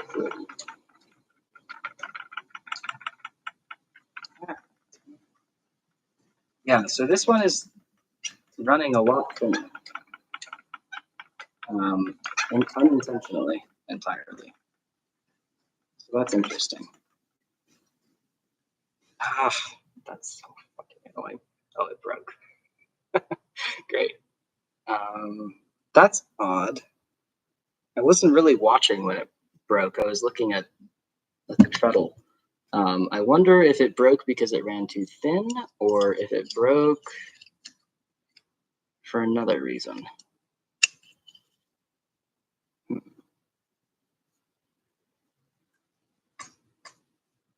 But now I've wasted quite a bit of fiber. I still don't really know how to reattach cotton other than just literally tying a knot. That one's hard. Yeah, I have no idea why it's squeaking. I'm just gonna hope that stopping makes it stop squeaking. So, if I'm into making tortillas, it's kind of the same press. Now that's interesting. I don't know if I am into making tortillas. I mean, I love quesadillas, but I'm also lactose intolerant. So I don't really eat them very often due to the lactose intolerance. But that said, I feel like there's a lot of flatbreads that you could make with a tortilla press, right? I mean, you can press anything, I assume. So that's interesting. I guess my question is, would a tortilla or would putting tofu in a tortilla press, would that cause would it cause it to break? Because I know that if you put too much pressure on tofu at any point, it will just sort of crumble a little, or sometimes like almost crack a bit. Okay. Question: is the squeaking as infuriating to you as it is to me? Because if it is as infuriating to both of you as it is to me, I will figure out what is going wrong. But if it's not, I will probably just try and ignore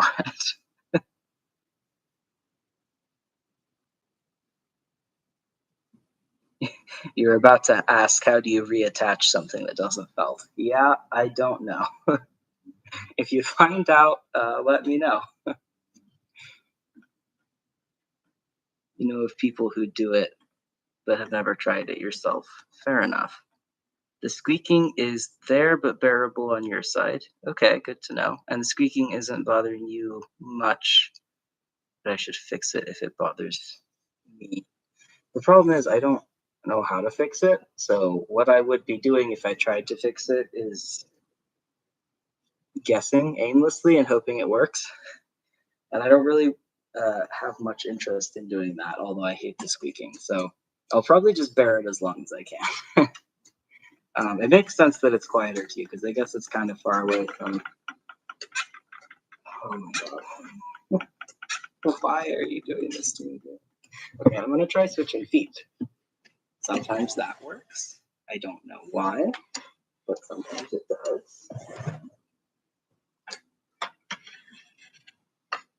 I don't remember what I did last time. I think it just went away on its own.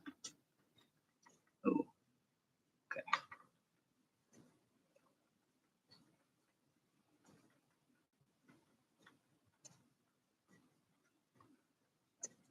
Cotton experiments. Yes, hello.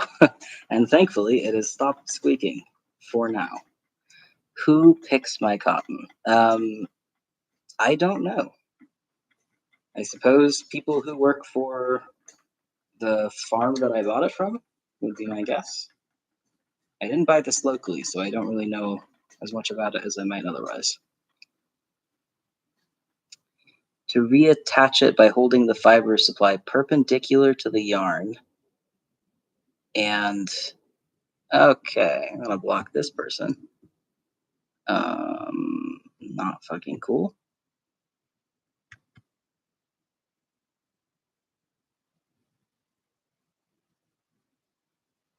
You can just leave.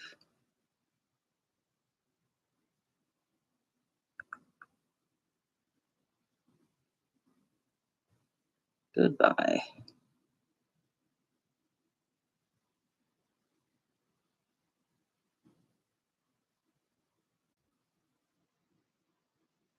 Great.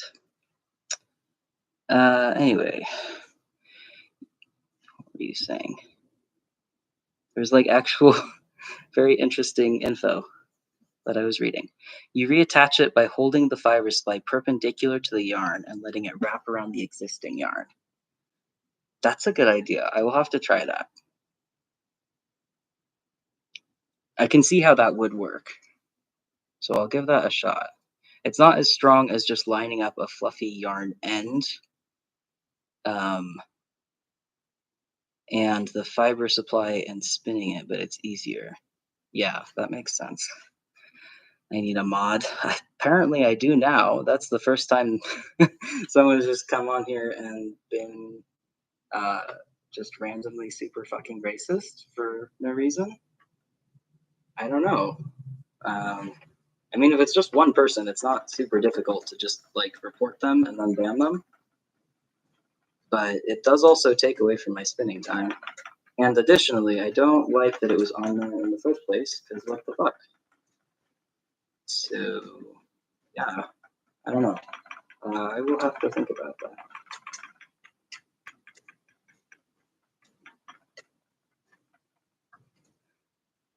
Could we get a fridge tour?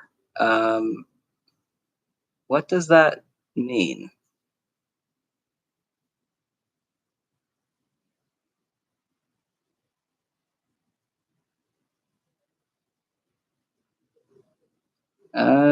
Okay. I'm not really liking some of the people on here, so I think I'm just gonna be muting some people.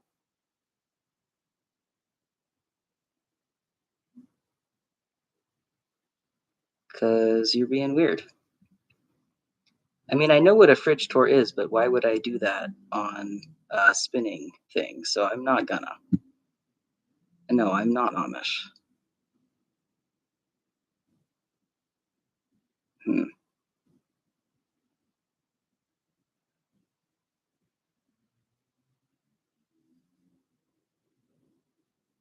There's just a jump of new watchings. You guess they're affiliated. Yeah, I noticed.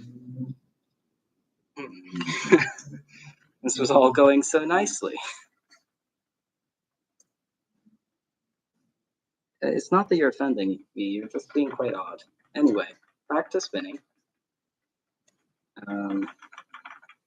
Which one are we even on? I think we're on the 4-pass one right now.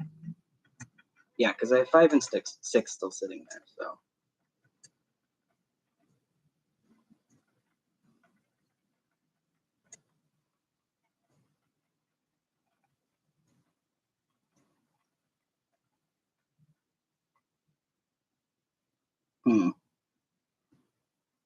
I think I'm just gonna mute all of you. You're all quite annoying.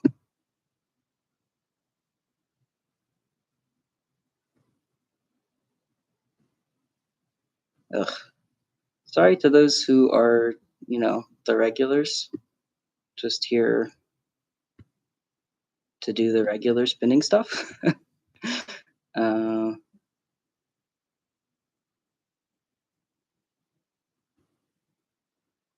We're not doing a fridge tour, guys. It's a spinning stream.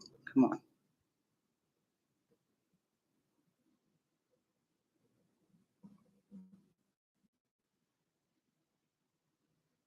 Why go live if I don't like chatters? Actually, it's not that I don't like chatters. It's that what I love is muting people. I'm just addicted to it.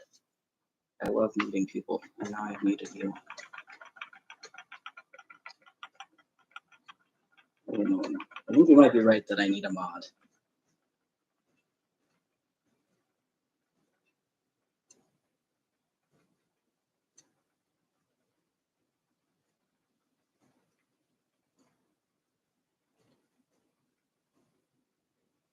We're very chatty about spinning. Exactly.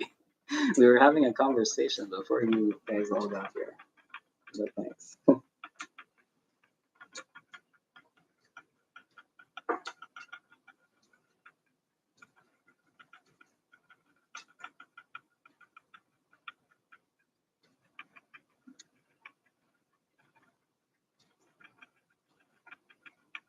Yeah, and then this one is going pretty thick again. It's like every time I feel like I come to a conclusion about how this cotton wants to spin, the next puni always immediately disproves me. Like consistently, that has been happening. But if I don't come to conclusions, then I'm not really thinking.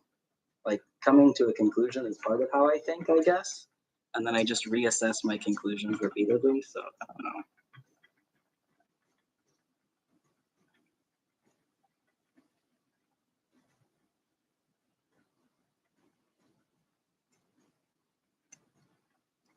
Oh, great.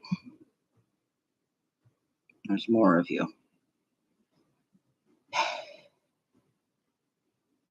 Let's see.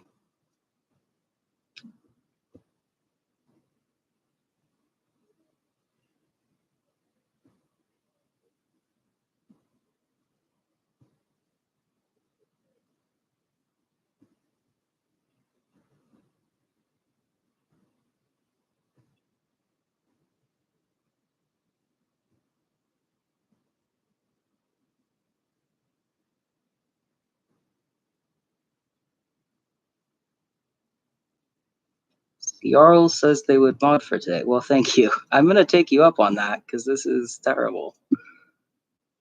I appreciate it. I'm going to add you as a mod quickly. Please do not break my trust.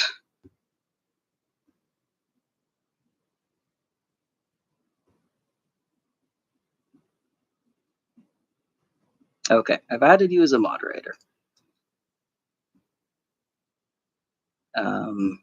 Anything that is off topic, such as fridges, for example, or just people being terrible and putting slurs in there, don't let them, please. And thank you.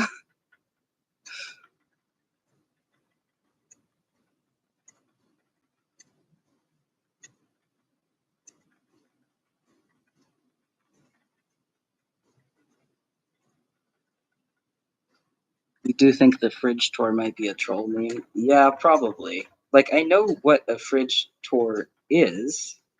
I guess I just don't see why it's an interesting thing to even troll about, but whatever.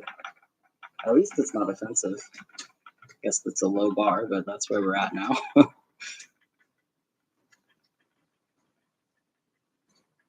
So I was planning on doing some more twos, but I think I forgot that I'm going to also apply this tonight, so we're not going to do any more twos. I think we're just going to finish up with these.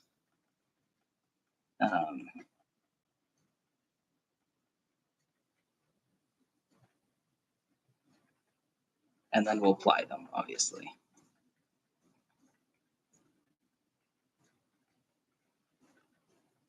This one bump is getting like so big, this one, and I don't know why, but it's gonna start causing problems.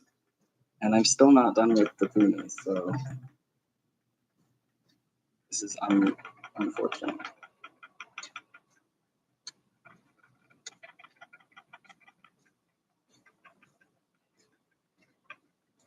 I think we'll make it though, just barely.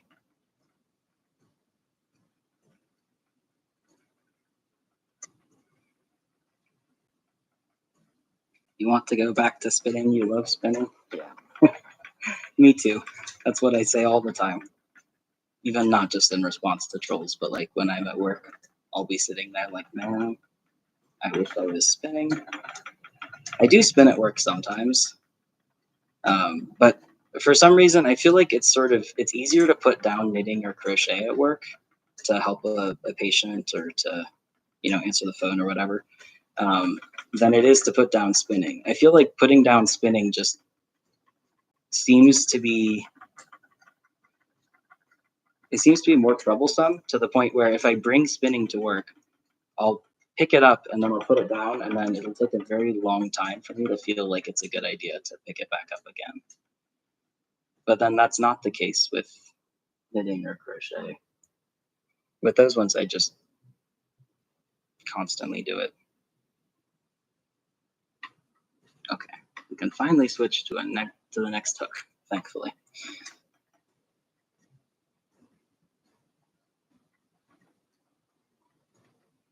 Real spinners use foot pedal power. Yeah, I am foot pedaling. Do I think it takes more cotton to card, or maybe it gets fluffier and takes up more space as I card it more? I don't know. I think there's multiple possibilities. And the first, and I think most likely one, is just that I ended up with way more cotton on that particular puni than the others, but I don't know why. Like, I don't think I did, but that would be the easiest. And then another possibility is that by the time I got to that hook, I was needing to up the tension. And since I didn't, it just didn't compress down as much. That's also possible. But the idea, or like the fact that it might also be more fluffed up from doing it more often, I think that is also definitely a possibility. And in fact, it could be like a combination of 2 or 3 of those. I don't know. Daryl, thank you so much for moderating. If I was deleting all those, I would not be doing anything right now other than deleting those, which means it's probably also interrupting your knitting. So I do apologize for that, but thank you. It's very appreciated. So I guess we need to change, like, maybe who is allowed to comment, it seems. Because having a whole bunch of random people show up has actually not been great. Or like showing up is fine, but then the things that they're commenting, less fine. So there's a bunch of options that I can pick and haven't so far because I haven't had the need to, but I guess I do now. Jeez. Yeah, I wish I knew why it was happening too. This is stream number like 15, right? It says it in the title, but I can't see the title. Anyway, like, why on stream number 15? But yeah, whatever. Anyway, thank you.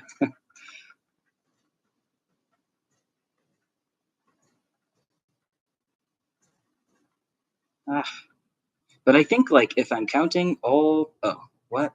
Okay, what was your suggestion? I'm gonna try your suggestion for reattaching. Okay, you were 100% correct. That is how you reattach it. That actually worked perfectly. Thank you for that suggestion. I don't remember who exactly it was, but thank you.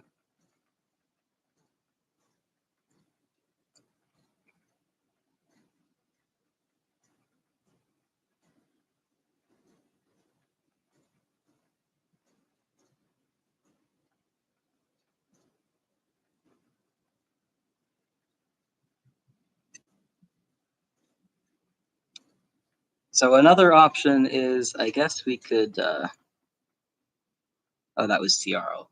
Yeah, that makes sense. Right, because Zertra, you're the one who asked how to reattach. It's all coming back now. My poor brain is working so hard. Anyway, another option is, I guess we could skip plying it, just because the trolls are sort of ruining the vibe, of course. And then we could ply it next time. I don't know if I want to do that though, because I kind of like the fact that I can wash it and then look at it the next day and sort of make plans about what I want to try different next time. So I'm not sure if we will. I don't know. I guess, what are your thoughts? You can do it with wool too. Yeah, I've done it with wool. I didn't think it would work with cotton. I don't know why. I guess because, like, in my mind, cotton simply doesn't stick to itself, and the mechanism of fiber sticking to itself is what I thought made it work with wool. But clearly, one of those two things is not true, because that worked like perfectly and very easily too.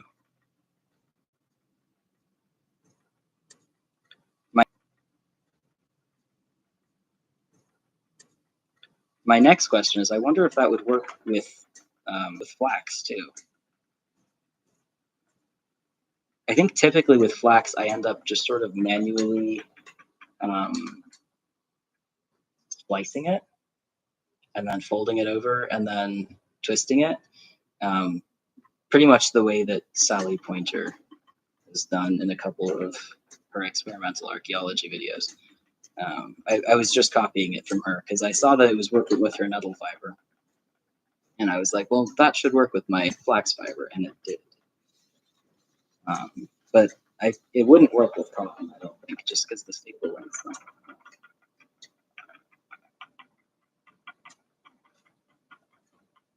You're okay to keep blocking people. Good to know. Thank you. So I guess we'll keep going. We'll finish it off.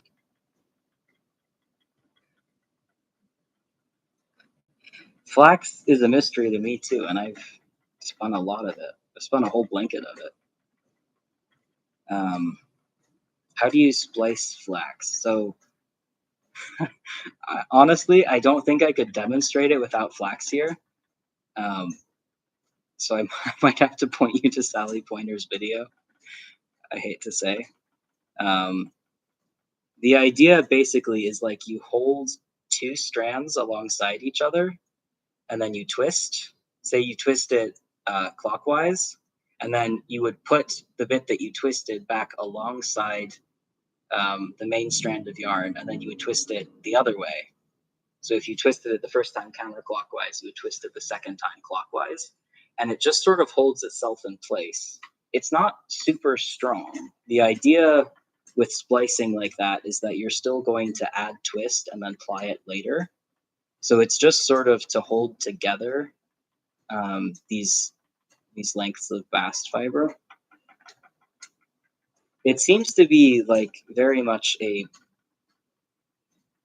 I don't know, not like a pre-spinning technique, but like definitely an older technique that is maybe not useful in most situations and kind of just in the situation of existing in, you know, the Bronze Age or whatever. But if you're interested in that sort of thing, Sally Pointer on YouTube, her channel is absolutely fantastic. And I lost it. Damn it. Anyway, her channel is absolutely fantastic, and she's got many great videos that I recommend. Watch.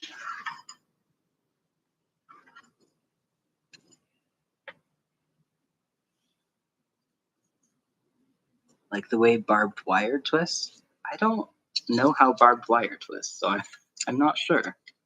I haven't spent very much time looking at barbed wire. Potentially. Maybe it works on non-spinnable fibers, though. Yeah, that's sort of the idea.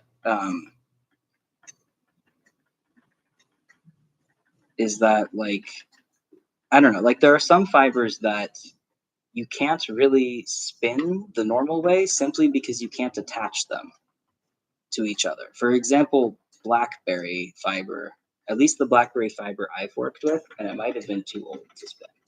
But blackberry fiber does not really stick to itself. So actually attaching one piece to the next is really difficult and doesn't particularly work with normal spinning methods that you and I might use.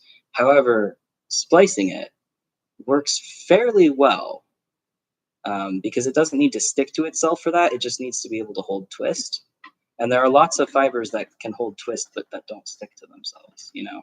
So it sort of broadens the horizons of what exactly you can turn into, if not yarn, at least some sort of, you know, usable rope or cordage or whatever.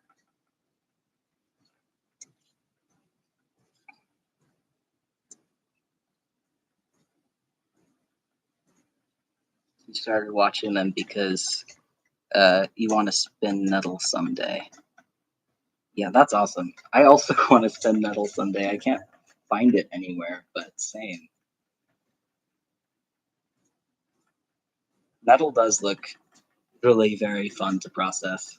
That's what I was hoping. Like when I got into milkweed, I was hoping it would be similarly, like, I don't know, I guess easy to spin, because nettle looks easy to spin.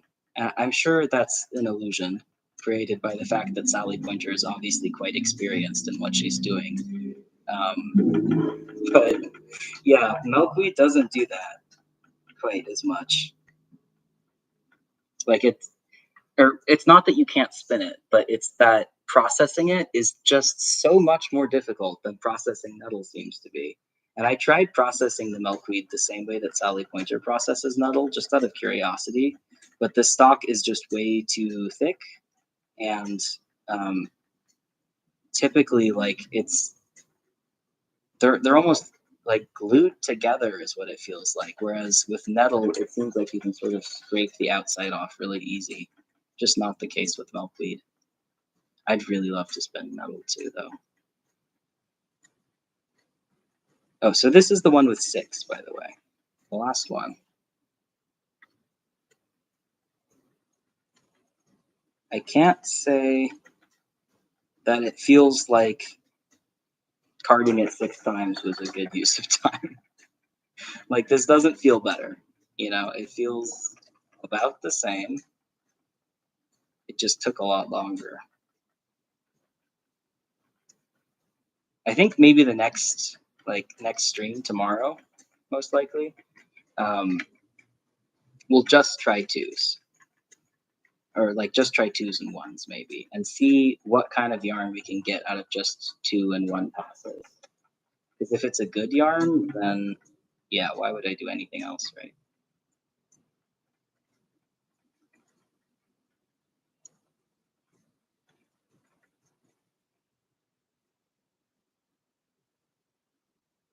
Oh, my laptop is actually about to die. I might have to plug it in. I do spin milkweed, which also reminds me I've been meaning to card up some of the milkweed seed pod fluff that I have on my new cotton carders. That is definitely something I want to try. It's just I want to do it outside, because the last time I tried carding the milkweed seed pod fluff, there was some allergy issues and some fiber all over my bedroom issues that I don't want to run into again. So I keep putting it off because I keep like forgetting to actually go outside and card it during an enjoyable part of the day to do such a thing.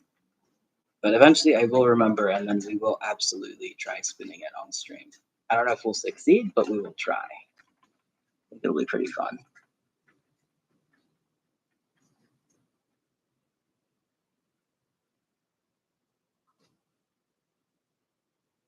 Wonder if cottonwood fluff is long enough to card. That's a good question, but funnily enough, the reason that I got back into like thick cotton spinning, possibly cotton spinning at all, I don't totally remember the timeline there at this point. But the reason I got back into it was because somebody asked me, or somebody was talking about like spinning cottonwood, and it seems like cotton is a really good analogy, or analog. There we go. Cotton is a really good analog for other incredibly short plant fibers, such as milkweed seed pod fluff, and I imagine such as cottonwood too. And so I was suggesting that the person who wants to try spinning cottonwood should try learning on cotton, because trying to learn on cottonwood sounds like a fucking nightmare, given how short it is. Anyway, all of that said, I think you could card it on carders, but I think it would take some finesse. And I also think that it would do a lot better if blended with a longer fiber. Like, I don't know, at the end of the day, there's a certain issue that you're just always going to run into with really, really short fibers like that, which is that it's difficult to prepare them, because they just, instead of being prepared, they're just going to float up into the air and then cover your entire room when they fall back down. Like, they're so weightless and small and fluffy that they want to like fly off instead of actually being processed. And I think that's going to be the biggest issue with trying to spin or carve cottonwood, because it definitely was with milkweed fluff, and milkweed fluff is not even as short as cottonwood is. Like at least the milkweed fluff that I was using, which is showy milkweed, so it's got a longer fluff than most. It's still pretty short. And it's also like very much happening with cotton, as I've complained about multiple times. And this cotton is like 3/4 of an inch, so definitely longer than cottonwood. And also definitely longer than milkweed seed bud fluff. This is the last little bit, and then we will be ready to fly. Very exciting.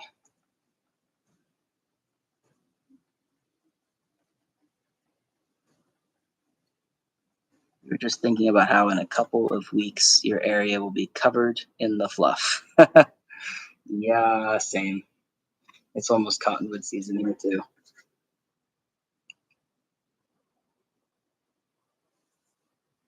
You don't think you want the inside of your house covered in it? Yeah. Me neither. And like the annoying thing is, it's almost impossible to clean up for the same reason that it gets everywhere. Like it runs away from the broom and the vacuum, just like it ran away from the other hand card, you know? It's so annoying to remove.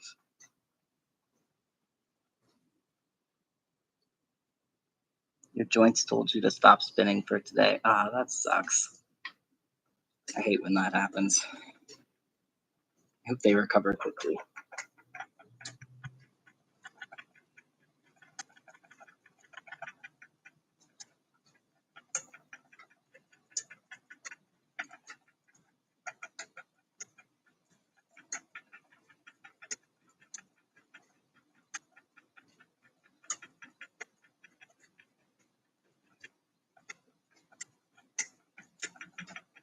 I think regardless of how many passes I do, the thing that actually is most influential in this yarn is the fact that I'm just practicing more, and it's getting better because of that. And because my prep is, I'm slowly getting less bad at prepping it as well.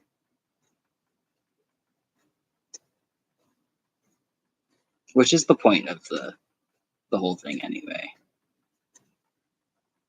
Just get good enough to make a blanket.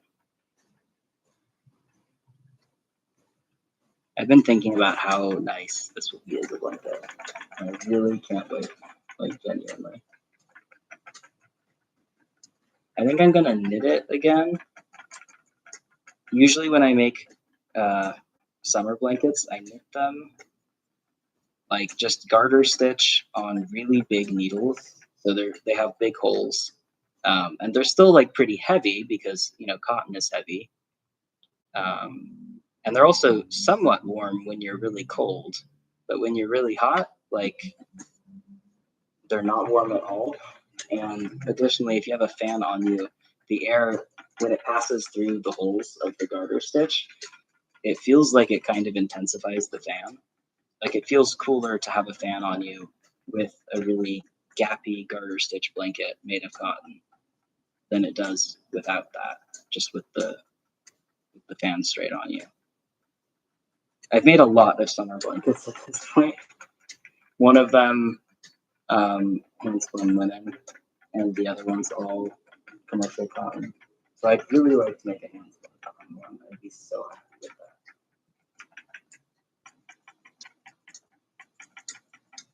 With a blanket you wove out of dishcloth cotton, you think it'd be so cool to make one out of stuff you spun. Yeah, for real.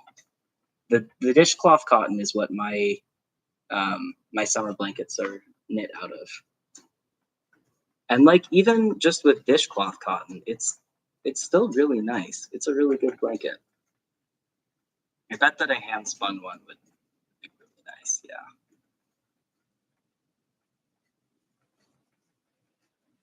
Chuck, what are you doing back there?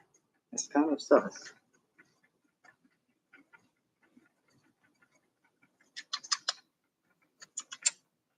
Come on. Yeah, get out of there. She's like hiding under my wheelchair, or one of my wheelchairs, the transport wheelchair, which worries me because I don't want her to think that right behind a wheelchair is a safe spot to hang out, because it's not. So I don't want her back there. Thinking of her own accord, maybe? Question mark? Yeah, she is. Good job. Yeah. Wait, you want me to head over here? Come. Hi, little guy. All right. We are so nearly done. I have just a tiny little handful left. Also, I'm only just now realizing how dark it got. It's the sun is setting, obviously. But I don't have the light on. So once I'm done with this, I'm going to try turning the light next to me on and see if that helps at all with how dark it seems to be on the screen.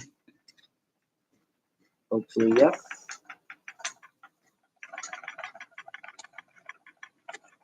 Finish this first. Yay, we're done. Okay. Turning this light on.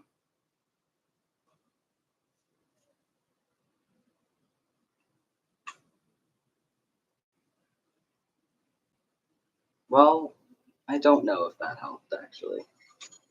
Just sort of put something in front of it to diffuse it a little. I think that kind of helped. I don't know. Yeah, I know. Hold on. And now to chain fly it again. I don't really think that there's any point in doing anything other than a chain fly at this particular stage. So we're just going to chain fly everything for a while. Because like the chain flying is just going to make it so much easier to see what exactly I'm doing while still ending up with a yarn that is not singles. And at this point, I'm pretty much 100% positive that I want to chain fly the blanket yarn. So, yeah.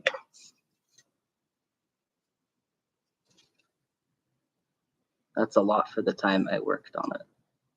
That's true.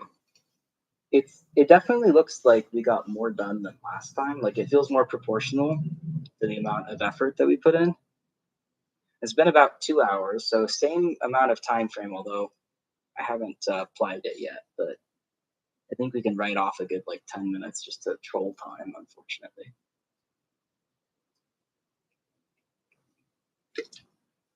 Okay. No, it broke. Let's hope the next one doesn't break. Okay. I did just realize that I kind of forgot about the whole add more twist thing. It's about halfway through, so yeah, I didn't do that. Hopefully at least the beginning is like more twisted though. I just want to see what it looks like with adequate twist at this point, because we haven't achieved that at any point yet. Like not as a thick spun yarn anyway. I've definitely been achieving adequate twist as thread, no problem. But as a thick spun, it's a lot harder, it seems, at least for me.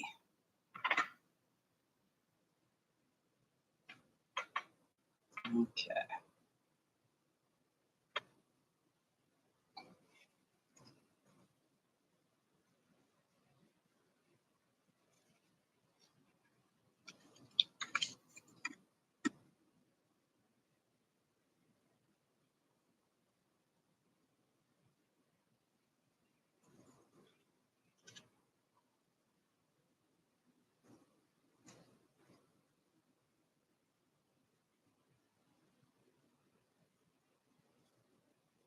Okay. So plying clockwise. That's the bit that always gets me, is the plying clockwise part.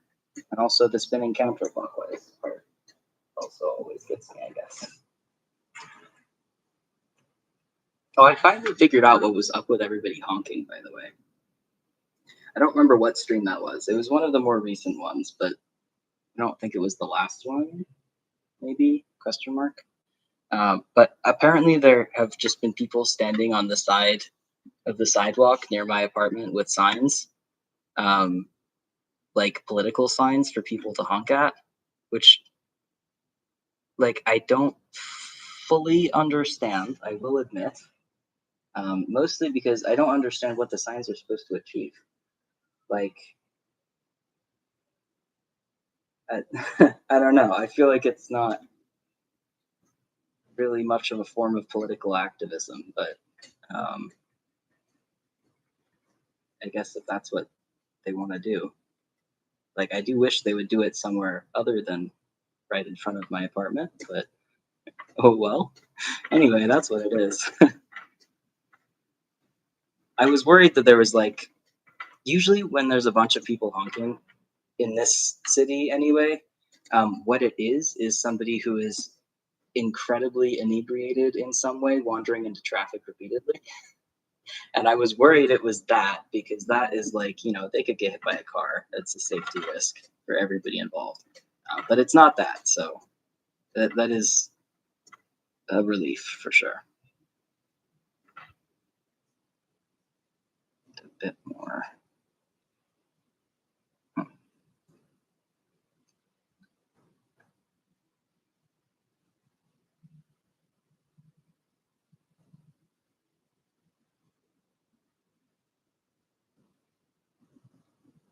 You feel like they should maybe not do it near a government building? I mean, it's not a.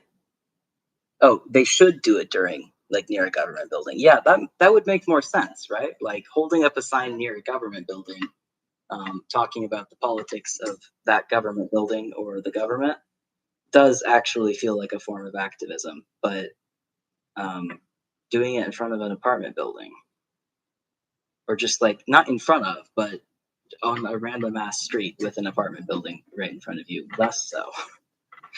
Maybe that's just me. I don't know.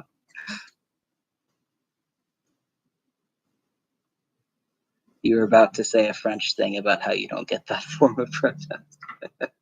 It's certainly not one of the more effective ones. I think the French have they have political protesting down to an art in some ways. Much more on board with that philosophy of things for sure. I need like way more tension for some reason. I feel like last time I applied this, I wasn't needing really strong tension, but this time I kind of am. I can already tell we did not add enough spin twist for sure. And I can tell that largely because it looks bad at the moment. This section anyway. I know that I varied pretty hugely from the first set of Punis to the second set. So I'm hoping that when I get back to the first set, it'll be better. Because I think I was just sort of paying more attention at that point to how much twist I was adding than I am now. Or than I was 10 minutes ago. I don't know. I'm paying a lot of attention now. It's just, it's too late now.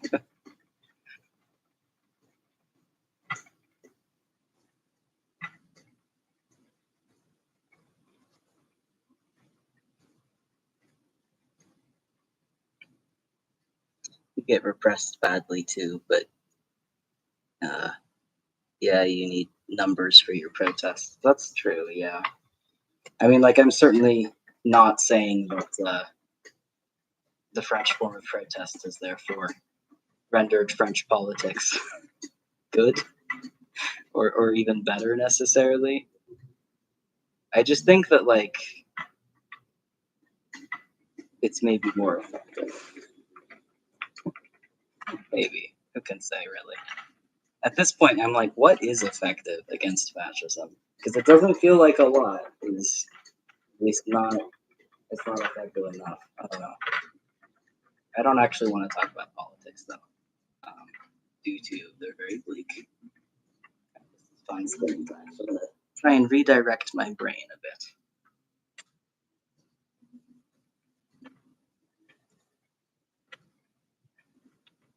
Interestingly, I feel like if this were wool, I would be having a pretty hard time chain flying it right now because it's got, lots of lumps and bumps.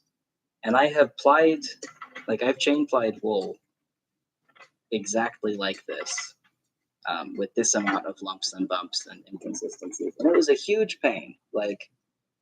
It just caught on itself all the time. Whereas this is sort of sliding along itself without any major problems, which I wasn't expecting really. I guess it makes sense. Cotton has a lot less friction and toothiness than wool tends to, but yeah, I wasn't expecting it. It's a good surprise though. It makes chain plying it a hell of a lot easier.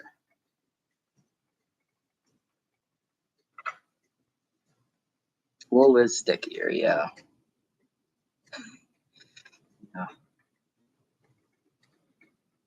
Oh, another thing I really, really want to try on my cotton cards is cashmere, because I have a lot of cashmere actually. Or I don't know, I guess by weight, not a lot, but compared to how much cashmere most people have, I feel like I have a lot of cashmere. And it's really, really beautiful stuff that I've never been able to process very well, for the obvious reason of not having fine tooth carbs or combs. And so I'm pretty excited to actually get to turn that into Rolex and spin it up. I think that would be a fun stream at some point. For sure. It would definitely be another learning stream though, because having not been able to process it very much, I also have not been able to spin it very much. And being a very short stapled fiber, it is definitely one of the ones that you have to practice a bit to not be absolutely terrible at spinning. Some parallels here to what we're currently spinning. How did I get a lot of cashmere? I think I just bought it online. I don't know how I ended up with so much of it though. Poor financial decisions. At one point I bought almost a pound of it. I've used a fair amount, blending it.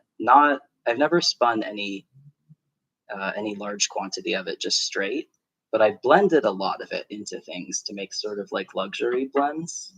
And that's been really effective. And I mean, it's a beautiful fiber to add to anything. So I haven't really felt like I've been wasting it because I've been, improving my blends with it. But also I only have maybe an ounce or two left at the moment. And I feel like with that last ounce or two, I could make something really nice. I'd like to.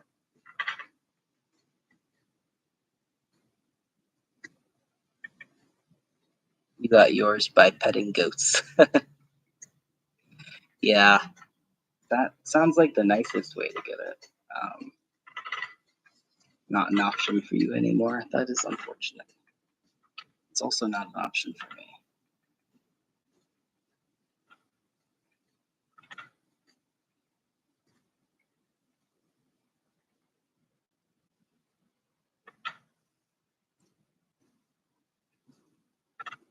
It is sort of I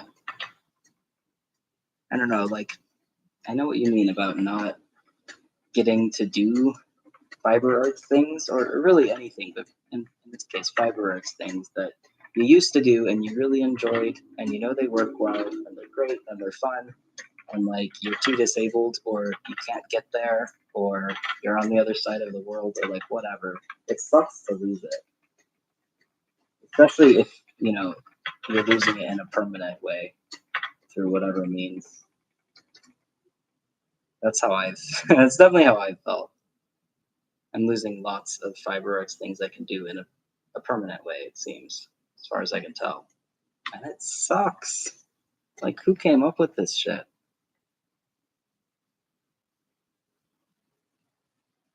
Yeah. Well, we enjoy what we can while we can, right? That's all you can do.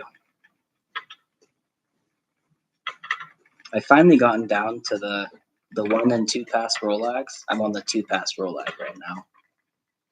And I think the whole one bump, damn it, I'm calling the roll-lag again. One bump per puni thing, I think is actually pretty helpful because like I can just tell what puni I'm applying just by looking at the bobbin. So I'm gonna try to keep doing that if I can. But anyway, this is definitely better spun. Like it has way more spin twist, and even though it's way more uneven, like it's plying up to be a fairly even yarn. It feels like, or at least not a terribly uneven yarn. So I feel like the lumpiness is actually not coming through once it's been plied so much, and it's not coming through in a meaningful way, if that makes sense.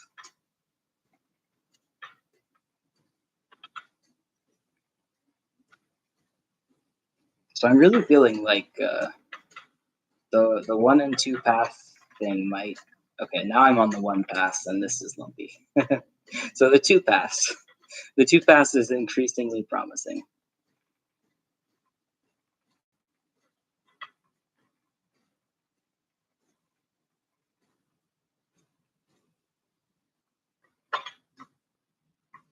Yeah, I think the 2 pass was honestly my favorite out of all of that by quite a lot. That's really enjoyable.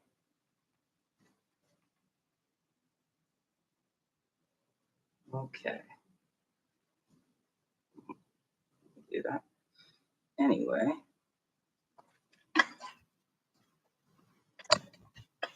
So we're all done spinning and plying.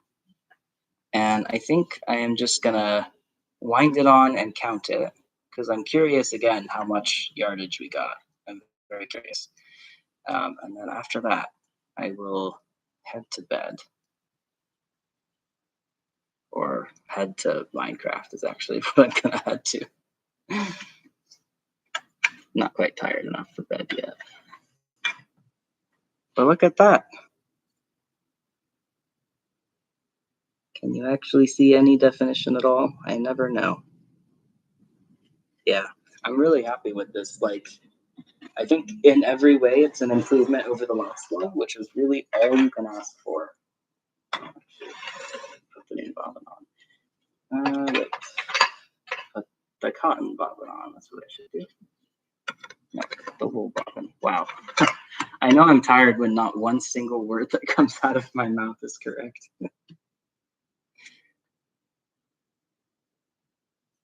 And I think I'll just prep this for spinning if I can find the end. Okay, I can't find it from this angle. Never mind. All right.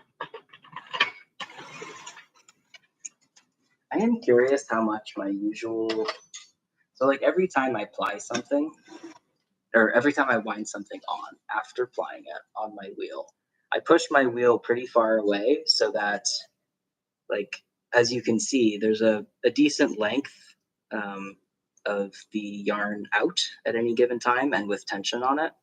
And with wool, what this does is it helps even out the twist. And it can help a lot. Like it can really do wonders in it with an uneven twist if that's what you've got. But I've noticed that cotton doesn't really let twist travel up it the same way that wool does. Like once an area has twist, it can be resistant to letting that twist spread to other areas. And it can be resistant to making more twists sometimes too. I don't really understand why or what's the mechanism behind it, but it's something I've noticed. And I'm wondering if pushing my wheel far away actually really does anything with cotton the way that it does with wool. But also, like, I don't know, it's not like it's a lot of effort, so you kind of might as well.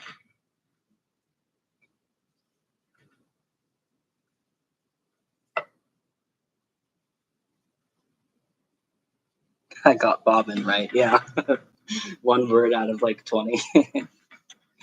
That sounds about on par. You noticed that too. That's interesting.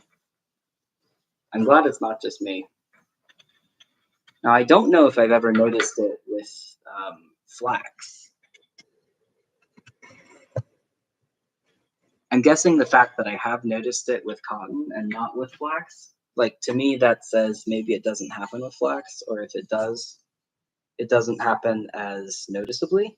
With cotton, it feels very noticeable, in part because it's like, with wool, once you know that that happens, you can kind of rely on it to even out your spinning an awful lot.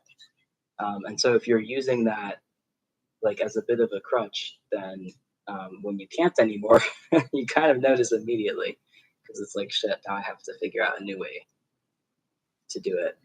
And I don't recall having to do that with flax, but I have to do it constantly with cotton. Okay.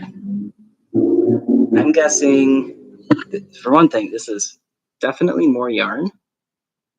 And I'm guessing 30 yards, which may be way too many, way too high. Let's see.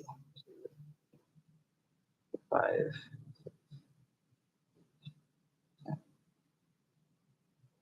12, 14, 18, 20, 21. That's not bad. That's closer than I thought. All right, now where's my other? Okay. I definitely remember that the other one did not like spin up like this. Or I don't know what the word is. Like it didn't start self-plying when I held it up. So maybe I actually added a better amount of twist this time, or maybe it's more uneven. It's probably that it's more uneven. But anyway, now that I'm looking at them, gosh, I don't think you'll be able to tell because the webcam quality is so poor. But now that I'm looking at them, the one that's been washed that we did already has much more noticeable, like, ply definition, I guess. Like you can see the singles quite clearly. Whereas the one from today, it's a lot more fuzzy and indistinct. And I'm curious if they both look like this and it's just the one that I washed changed or what. So I'll have to wash it to find out. But ooh, also, so I wound both of these around half of my niddy noddy. So they're both 1 minute spins. And then one of them has been washed and one of them hasn't. But I can tell that the one that was washed is definitely smaller. Like it did shrink. Here, can I? Aha. So I'm holding them both off my thumb, off the same point on my thumb. And it's really hard to show, but hopefully you can see this one is definitely longer. Like not by a ton, but it's longer. So yeah, it's shortened. Maybe it shrinks even in cold water. It's possible. I washed this in hot water. I mean, my instinct is that cotton yarn would behave the same way as cotton clothing, which is that it will shrink anytime you wash it, but it'll shrink more if you wash it in hot water. Is that actually how cotton clothes work, though? I don't wear a lot of cotton clothes. I don't know. It could account for several things. Yeah, I'm not sure. Since you use an e-spinner, you like to hold it far away when playing. That helps too. That's an interesting idea. I always have my e-spinner like right up in front of me because the way that the dial is on mine is just really hard to get to, even when it's right next to me. But I can definitely understand how holding it far away would help with the constant e-spinner problem of like every length has a different amount of twist. I might have to try that. That's a good idea. All right. Anyway, I'm probably gonna head off to bed, but thank you for hanging out on stream with me. And CR, thank you so much for moderating. That was a big help. I really appreciate it.